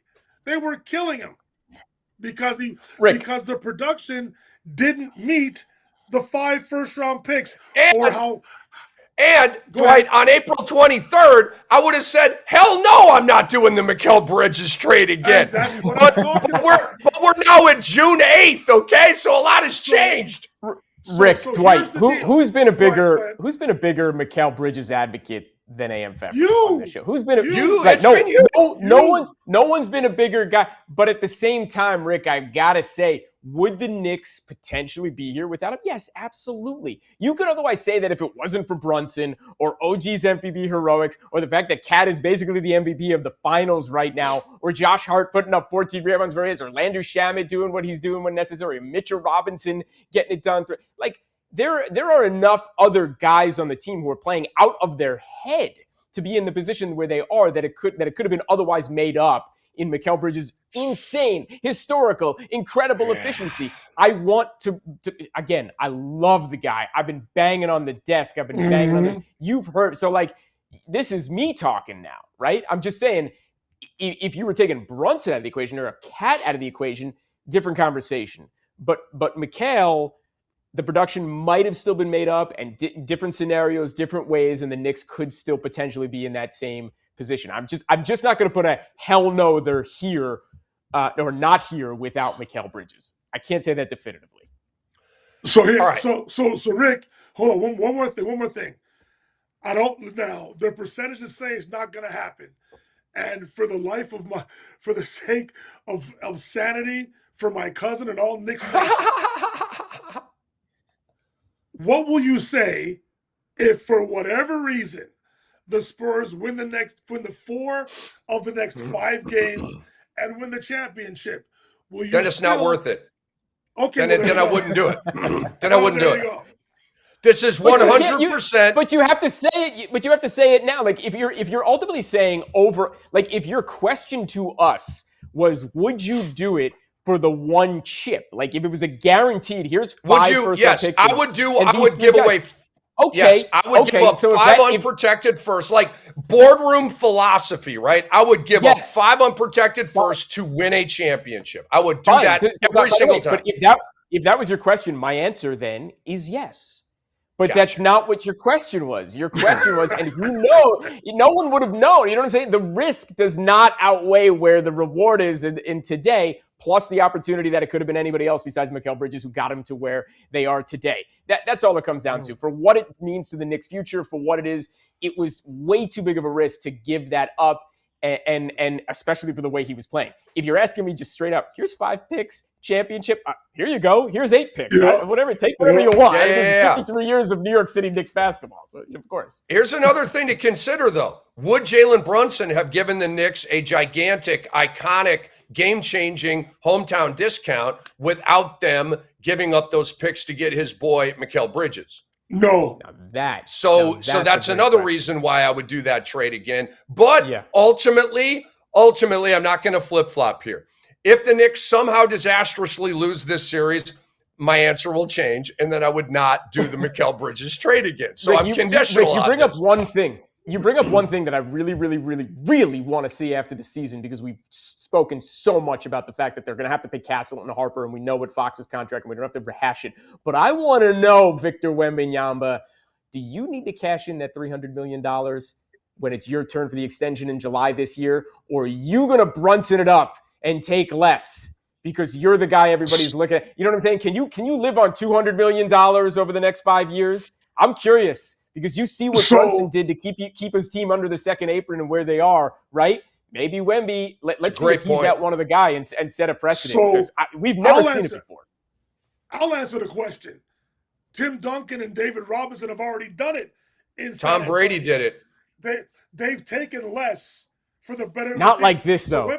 Not like this. True. Not to the level of like super max, whatever. And here's another. By the way, we should even be talking about what happened to Ant-Man, man. You want to talk about the 65 game threshold? Like, he could be on an insane super max right now, but he doesn't have it because he didn't hit the 65 games. Whole different conversation another time. But let's see if Wemby's Brunson took over $100 million. This isn't like Brady, who's every year renegotiating because he's the quarterback and getting new money over and over again, and what he's got. Like that you can't compare those two things. I'll give you Robinson and I'll give you Duncan, but nowhere near the level what Brunson did. It just beyond what he did. Based on what Wembanyama has shown us early in his career, I could see him taking a haircut very similar to what Brunson did, to keep this group together, knowing that they can win championships, multiple championships. Listen, their three core players are 20, 21, and 22. If Wembanyama, if he takes a haircut, they can build, because listen, if I forget the new general manager's name for the Spurs. If he does what if he does what Sam Presti has done, if he can, his job is to understand the projections of where the next CBA is going to be. If he does his job correctly, and Wembanyama agrees to take a massive haircut, they can keep those three guys together for a long time. 4. Your boy De'Aaron could stay. What if Wemby takes $35 million a year? De'Aaron could get his 55 and the numbers work. That too. So, yeah, that's going to be interesting to see. Perhaps as a champion, most likely a runner-up. AM, the floor is yours here as we ask and tap into your brilliant business mind. Will Game 3 be the most expensive sporting event ever? Dr. X is efforting a ticket to this. I mean, this is the first finals game in Manhattan in 25 years, trying to win their first chip in 53 years. Is this the most expensive sporting event ever? Game 3. It's not. It's exciting as hell to talk about it and see some of the most ridiculous numbers. Really, what's going to be the most expensive sporting event ever, because the people at FIFA are brilliant for ultimately putting the championship game at MetLife Stadium, which is also in the New York, New Jersey area. That ticket, on some of those tickets, the numbers will be off the charts, and it won't even actually show it could be in the millions for certain corporate sponsorships and tickets. The NBA doesn't specifically compare to what the NFL could be or what what FIFA could be when you're paying stuff like that. But looking back at it, it remains to be seen. You got to go back, I think, to 2016 or 2017. The Warriors The Cavs are like, for 2 tickets, like 135 grand was paid to sit there. Someone in the 2010 finals, I remember, paid over 80 grand to sit next to Nicholson when the Lakers were in that finals. Like that, just for 1 ticket, that was insane. Like, here's another thing, boxing. Like I remember the Floyd Mayweather, like Conor McGregor match. Like people were paying well over $100,000 to sit ringside for those tickets, right? Like that was incredible. Like people went out of their minds in Game 7 of the Cubs, right? You go back, I think it was 2016, so that was 10 years ago. What people were paying then, like that was just like moderately premium seats were like 25 grand, and then that all the way up to went into the hundreds of thousands for people to be there on that historical night for over 100 years for sure. But from a basketball perspective, no, really go back to soccer for a second, because a lot of like the tier 1 tickets are going to be 20, 25,000 on average. Well, that's not going to be for the finals. Like people are going to pay between 5 and 10 grand for like somewhat premium seats. But what goes on courtside, we'll see. We'll see if that creeps into 200,000, 500,000, if somebody was willing to pay $1 million, not just for Game 3, but really for Game 4. If the Knicks win tonight, like, will people want to be there for the game clinching, the finals clinching game? That's ultimately what it'll be. But no, this isn't the premium in history. But wow, comparatively to what it is usually in the NBA, yeah, it's not even close. I mean, this is the Garden. Throw in the monkey wrench of the president of the United States going to be there tonight, and what Doc X was talking about, that it's just a 2-hour window just to walk in the door. Who knows? This is bedlam, man. This is mayhem. It's interesting. Our boy Adam Smirnoff on a plane today, flying to New York from Denver to watch his beloved Knicks in Game 3. If my boy gets hung up and misses this game, I'm just gonna stop right there. If my boy gets, I'm like, come on, Schmeens, get in the building, bro. Get in the building, Schmeens. He left his fam.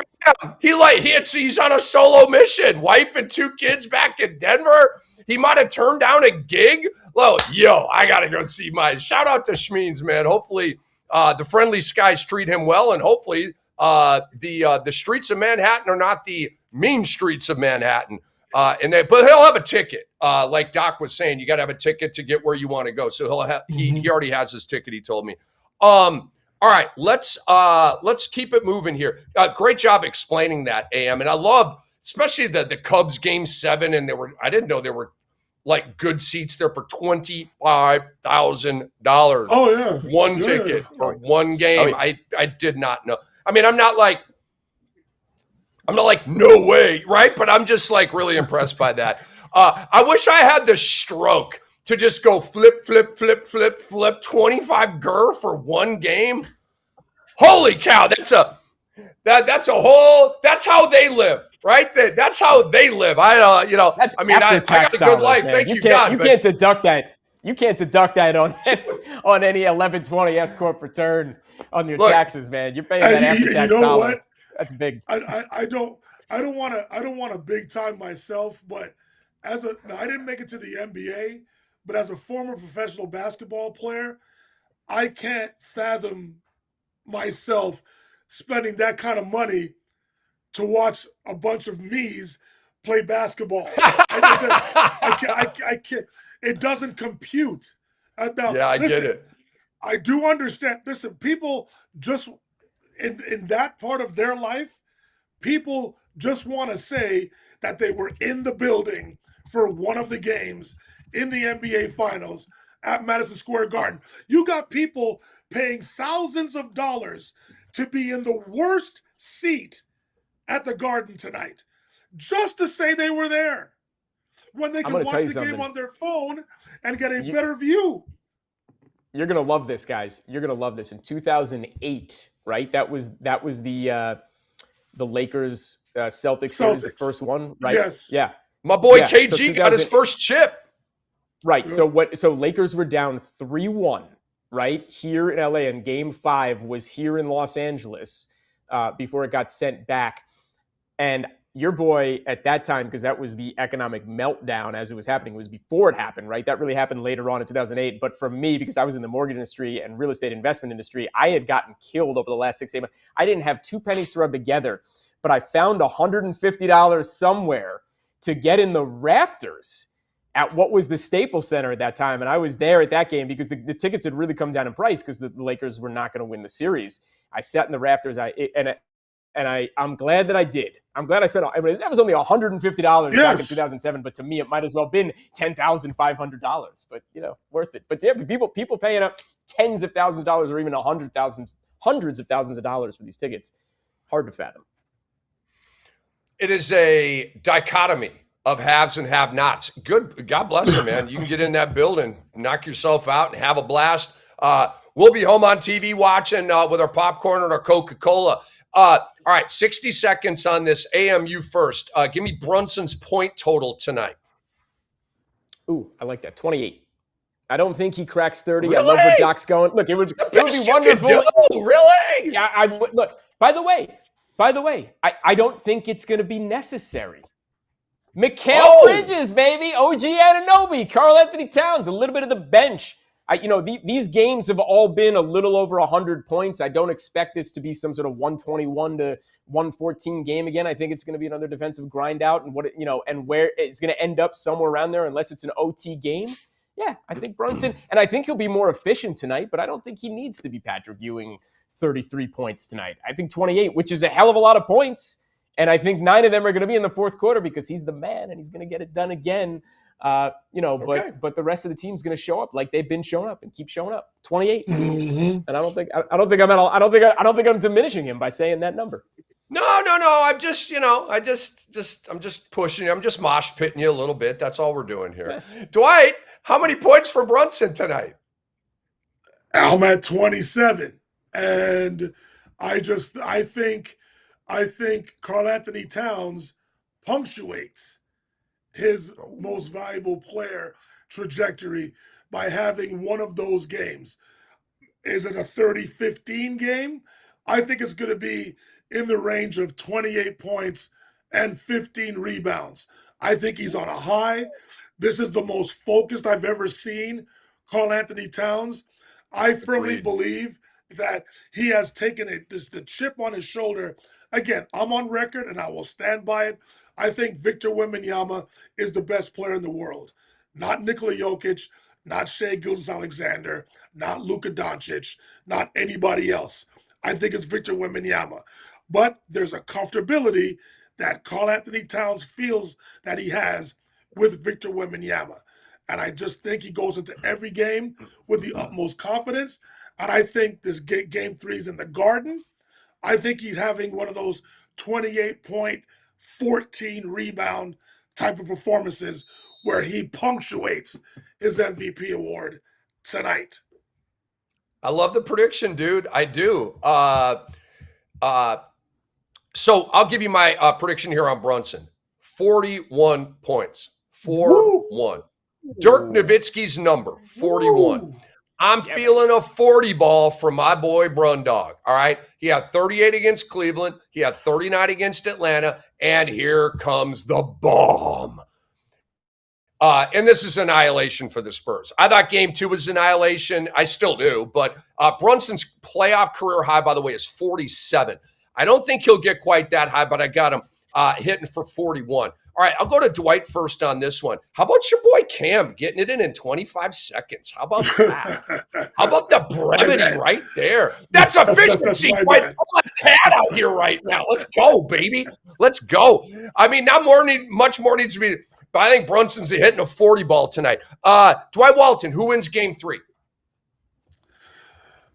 I hate to say this. I gave it away. I think Towns plays great. I think Brunson has himself a game. I can't see the young and upstart Spurs going into the Garden. This is the most anticipated game in New York City since 1990. Well, I want to say 94, 99. The Knicks didn't have a chance without Patrick Ewing. So listen, it's a groundswell of emotion. The ticket prices are high. I think the Knicks win. I don't think it's a blowout, but I think the Knicks win. He's got the Knicks winning game 3, AM Pfeffer. Are you about to zag to his zig? Well, I think the Knicks win, and it's mostly because Wemby was drawing statues in the Knicks win, baby, because the Knicks are going to win. Well played. That's why they're going to win. Played. Because Mike Brown, over 13 games, has made the adjustments that all of us have given him the accolades for, that he was going to be the guy who could get it done, and he has absolutely done it, and he's got his team motivated the right way. He hasn't even had to go that deep into the bench, guys. I mean, you haven't seen Diawara, Okporti, zero Jordan Clarkson, who's had some moments off the bench with over 20 throughout the season. I mean, like, who he's got dialed in, right? He's put Alvarado out there at the right times. Shamit's playing fantastic ball. Deuce McBride, although there are times I think he needs to get out of the game a little faster. I'd like to see McBride like in and out of the game a lot faster than he's been a few times. But like, man, the Knicks are winning this game. This is the Garden, baby. The fervor that is going to go on inside that building tonight. I can't even imagine. This is every ball drop New Year's Eve times 1,000. That's what's going on tonight inside that building. Knicks by 70. Do you know who? I'm not really. Do you know who's not playing well? He's lucky. Keldon Johnson has not shown up in these finals at all. Sixth man of the year, he's been bad. Let's just call it as it is. Jaime Jaquez was the sixth man of the year. He got Wembyized.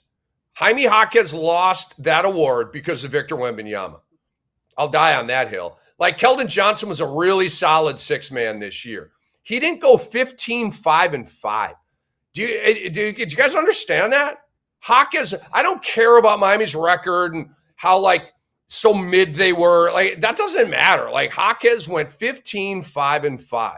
That is a super rare. Anyway, it's six man. Who cares? We're talking finals here. But yeah, I got Knicks winning this thing. Guys, I think that the Knick fan support in game one was a huge reason why they won game one. I totally believe that. I said nobody's ever taken over the home of the Spurs like that ever. It's never happened. They literally took over one of the toughest venues in all of sports all over the world to take it over. Tonight, that's going to be times infinity. Okay? I think the crowd and the vibe and the is going to be crazy. And it's going to impact the Spurs. Just two other things. Math. Okay? I like following statistical patterns. Jalen Brunson shot 7 of 25. Is that happening again? Hell no. Josh Hart did not make a shot. Okay? He was 0 for 4. I believe that Josh Hart is going to be a madman tonight. Okay? He is going to be electric. Dwight Walton's going to be bumping his fist at home about his boy Josh Hart. I'm telling you right now. The Knicks shot 41% as a team in game two. So there's a lot of statistical bounce back that's going to be coming the way of the New York Knicks. We all have Knicks. It's rant time. I'll go first. And Dwight, I want you to buckle up because there's about to be some shtick around here, okay? A little bit of shtick. I want to know if Luka Doncic, your boy, I want to know if Luka Doncic and Anthony Edwards are watching Jalen Brunson and taking notes. And man, where you at, bro? Luka, where you at, bro? Do you even care? Are you on vacation? Are you sipping on a Mai Tai with your feet in the sand? You should be watching. Jalen Brunson is giving every single non-champion in the NBA a great view of what a champion looks like. Behold!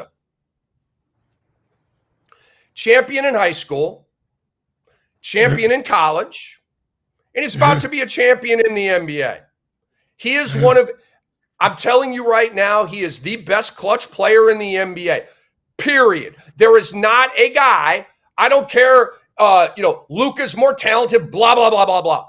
Who do I want? 3, 2, 1, Brunson. Why would I pick anybody else? SJ's a great pick, obviously. He's tremendously clutch. Give me Brunson, baby. Nobody's better in the clutch than this guy. He is one of the greatest clutch players the NBA has ever seen. Okay? 4 straight years being in right at the top of the clutch player voting. And, you know, I think we got to bring Usher in here for a minute. All I do is win, win, win no matter what. Luka drinks beer. He got a big old gut. Okay, I'll stop. But that's what it's at. Luka, where are you at? Are you watching? You played with this guy. You went to the West Finals with this guy. Are you watching? Or are you drinking beer somewhere? Okay? Jalen Brunson, I want to talk to Luka and Anthony Edwards right now. Hopefully they're watching our tremendous show. Guys, Jalen Brunson is on a trophy boycott right now. Do you even know what that is? No. You've never been this close. And you say, dude, Luka's been in the finals. Bro, Luka tricked off the finals. I will take that to my grave. Not playing defense, not playing hard, out there with a goofy smile on his face, falling into foul trouble, playing irresponsibly. Luka was a train wreck in that finals. Okay? And well, he was playing hurt. No, he was playing dumb is what he was doing. He was goofy. Bruh. That's why I'm mad at Wemby for going and painting or drawing or whatever the hell. It's not about that, bro. It's about KILL, period. That's it. That's it. That's all it's about. This is the most important 2 weeks of your life. You're telling me that there wasn't some film he could have watched? Oh, he's decompressing. There is no decompressing and unwinding.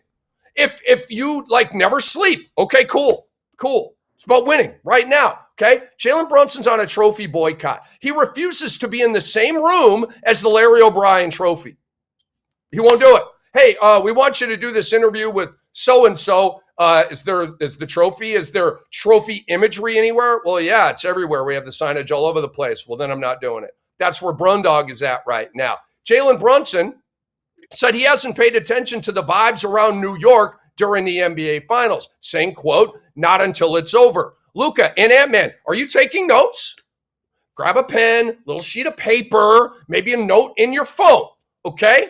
You should be taking notes on this because you have no idea about this. Jalen Brunson injured his knee and ankle in the same game, finished that game with the greatest clutch shot in Knicks history, in my opinion. Have you done that? No, because you're not a winner like this. You're not serious enough. You're not dedicated enough. You're not bunker mentality enough. Luka Doncic would have been on the train. You know, Brunson's got the grade 1 MCL sprain. Kornet steps on his ankle. Luka would have been on the trainer's table in the back drinking a Budweiser, okay? Jalen Brunson was a killer defender in game 1. Dwight gave you the stats earlier tonight. We know he's one of the best charge takers in the NBA and has been for years, okay? He had 5 steals in game 2, including that Wemby turnover, okay? He has been a difference maker on the defensive end, and I'm really not listening anymore to criticism of Jalen Brunson's defense. Like, is he great? Is he going to make an all-defensive team? No, of course not.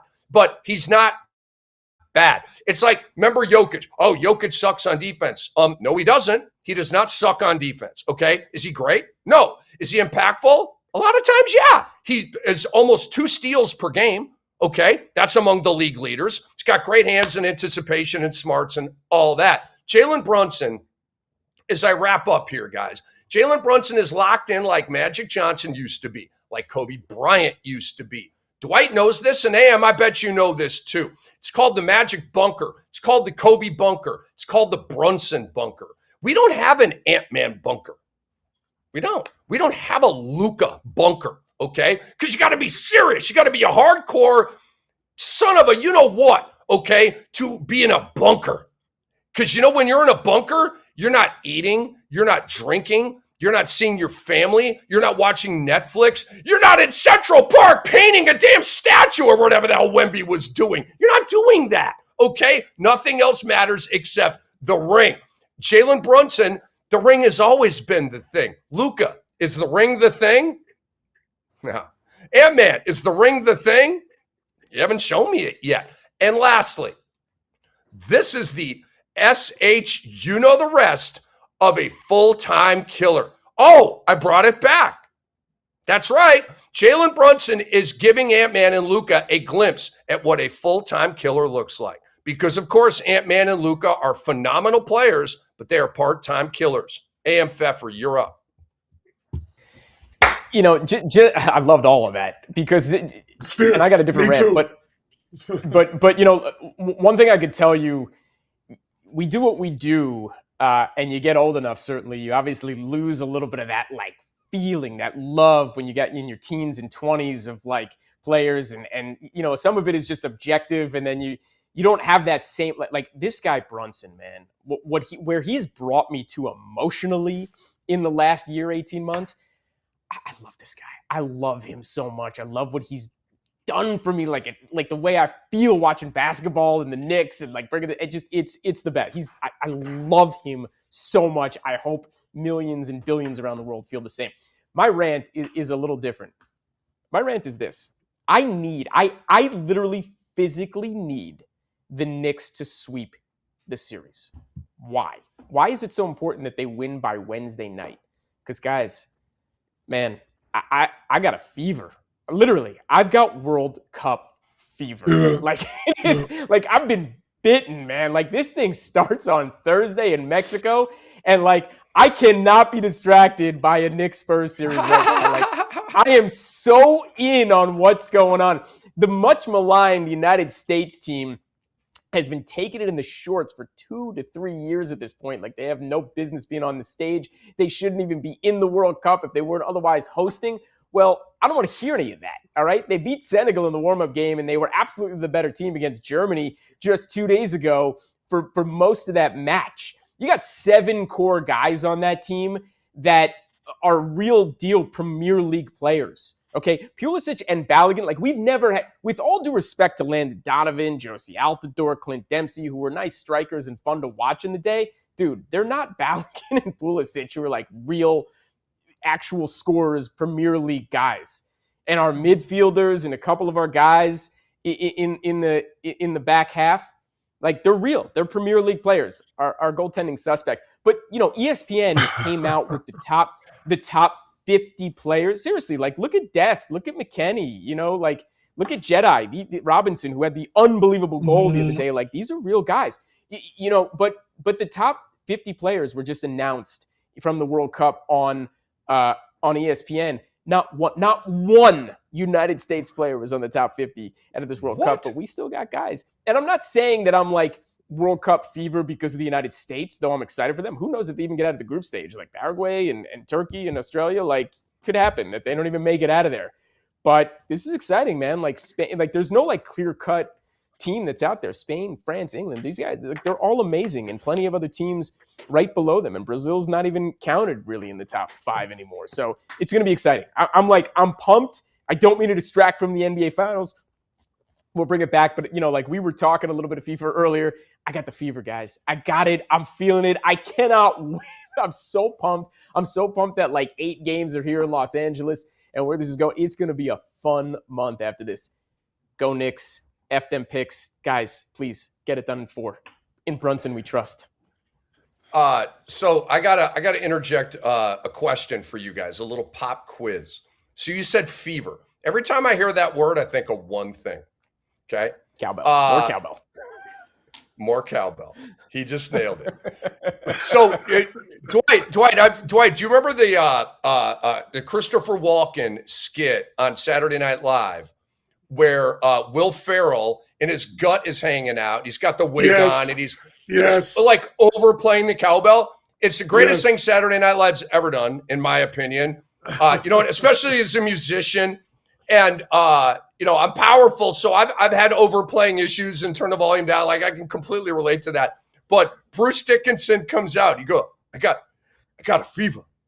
And the only cure is more cowbell. It's the greatest thing. And he's like in like mob movie, like acting mode. Oh my God. Of course. And I want you all, if you go see that video, and Dwight, I'm getting to you in 5 seconds.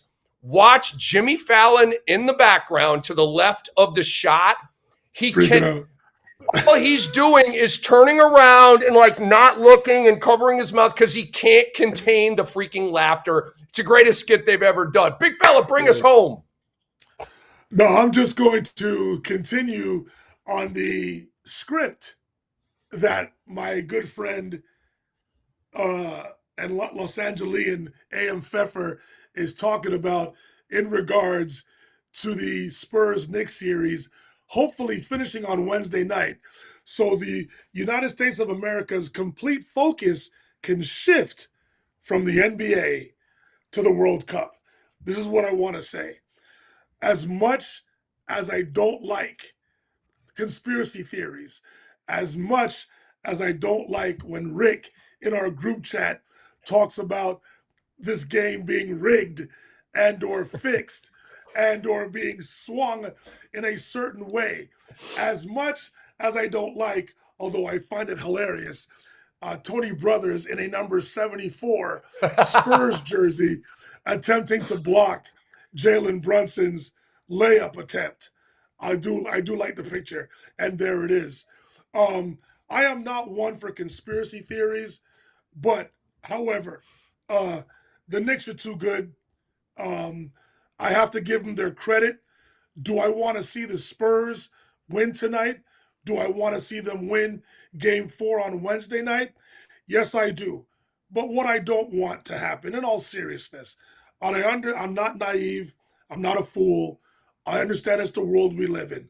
Barbershop, social media, whatever platform, who have podcasts, just like ours. I get it. Everyone is entitled to their opinion. But if at some point over the next several days or week, depending on how the Spurs do, I don't want to hear that the Spurs won this game because Adam Silver wants to extend the series. I don't want to see a game that Tony Brothers is officiating in and hear that term again, the series extender. I don't want to hear that stuff. I firmly believe in the Spurs. I firmly believe that these two teams are evenly matched, as has been witnessed in the first 2 games of the series. Yes, the Knicks have won. Yes, the Knicks are in the driver's seat, the ultimate driver's seat, as far as I'm concerned, because I can't see the Spurs winning 4 of the next 5 games. That being said, I would love to be wrong. But then again, that being said, please don't say the Spurs won only because of the officials and other mitigating circumstances. The Spurs are a great team led by a transcendent generational player who's going to be in the greatest of all time basketball conversation when all is said and done, hopefully after a injury-free career. Please give the Spurs their respect. They're down 2-0, but they don't need help from outside forces. They're just as good where they are. Let's see a good series.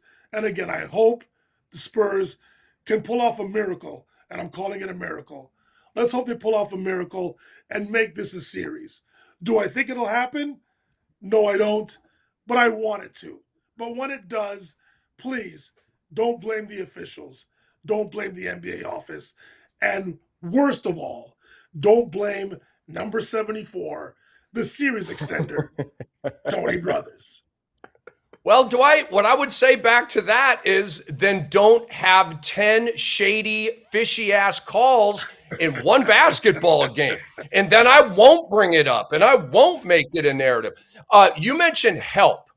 The Spurs don't need help. I absolutely disagree with that. Do you remember when Shannon Sharp went over to the sideline, and I think he was, he's like, call the National Guard. We're killing the Patriots or something like that. Yeah, I forget exactly what he said. You know, remember that famous deal? Yes. Like, that's where we're at here. Like, it is SOS time. It is time to call in the National Guard to aid the San Antonio Spurs. And I have more potentially bad news for you, Dwight Walton. I'm loath to bring this to you, but Tony Brothers, okay?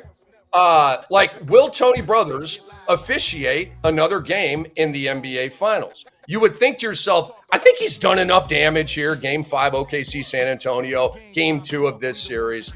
It's possible, okay?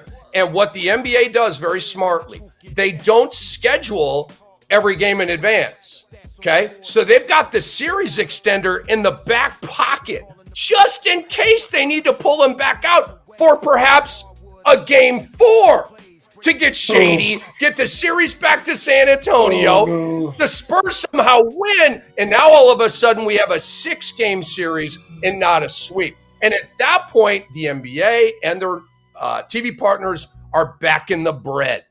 I'm just saying. I hope we don't go down that road, but we could. So hold on, Rick, and AM, and anybody out there. If, for whatever miraculous reason, the Spurs go into Gotham City and win both games, how do you feel for the rest of the series? If Tony Brothers is not on the call for either of these games, I'm going to give the Spurs all the credit. And if Tony Brothers has 8 shady-ass calls again, I'm going to play the rigged card again. It's that simple for me. Agreed. As simple as that. I mean, did the refs rig the game or did they not? I mean, that's really all it comes down to. Did the Spurs get it done or do they lean on the refs? Right. I'm not going to, right? We're going to wait and see. Yes. It is an accumulation of shady behavior that brings this out of me. I'm not manufacturing this. I'm not like in the lab going, let's cook up an empty, because this is what blowing cow turd would do, or what Dip Bayless would do. How can it doesn't matter if I'm right or wrong or accurate. How can I stir up some provocative stuff to help my ratings? Oh yeah, dude, the NBA rig thing is always a hit. I'm going with it. And he has like one example of one bad call and extrapolates it into a whole rig thing. Bruh, hey, blowing cow turd. I gave the homies 6 examples here. 6 examples. But I've always owned blowing cow turd, and he knows that. Okay, guys. Okay, hold on. We're not on till Thursday. What do you think we're talking about on Thursday? A game 5 or a parade in Gotham City? Great question, Dwight. A parade. Great question. It's a great question. A parade. We're talking about 2 things, guys. We're talking about a parade, and we're talking about the Giannis trade and where it's going to be. Those are the 2 major topics we're having. And maybe the World Cup, right? And maybe the World Cup a little bit at that point. A little World Cup. Dwight, how about you? What are we talking? Dwight, what are we talking about on Thursday? In the bottom of my heart, we're talking about game 5. Oh, okay. I love it. Okay. I love it. Okay. I love it. I love you guys, man. You guys rock. You're my homies. And love being in the bunker with you guys. So we are wrapping up the show, man. Kendall Gill, like I said, couldn't join us. We'll reschedule with him. Huge thanks to Brevin Knight. He's just a super guy, and we had a blast with him. We had a blast with all of y'all. Huge shout out to Jason Arambulo and Kai Josephson behind our glass. They just do a phenomenal job every single show. Huge shout out to A.M. Pfeffer, Dwight Walton, the great Dr. X. Hopefully he gets in the building tonight. I'm Rick Kamla, and we will see you again on Thursday with another kick-ass show. So we love you guys. And we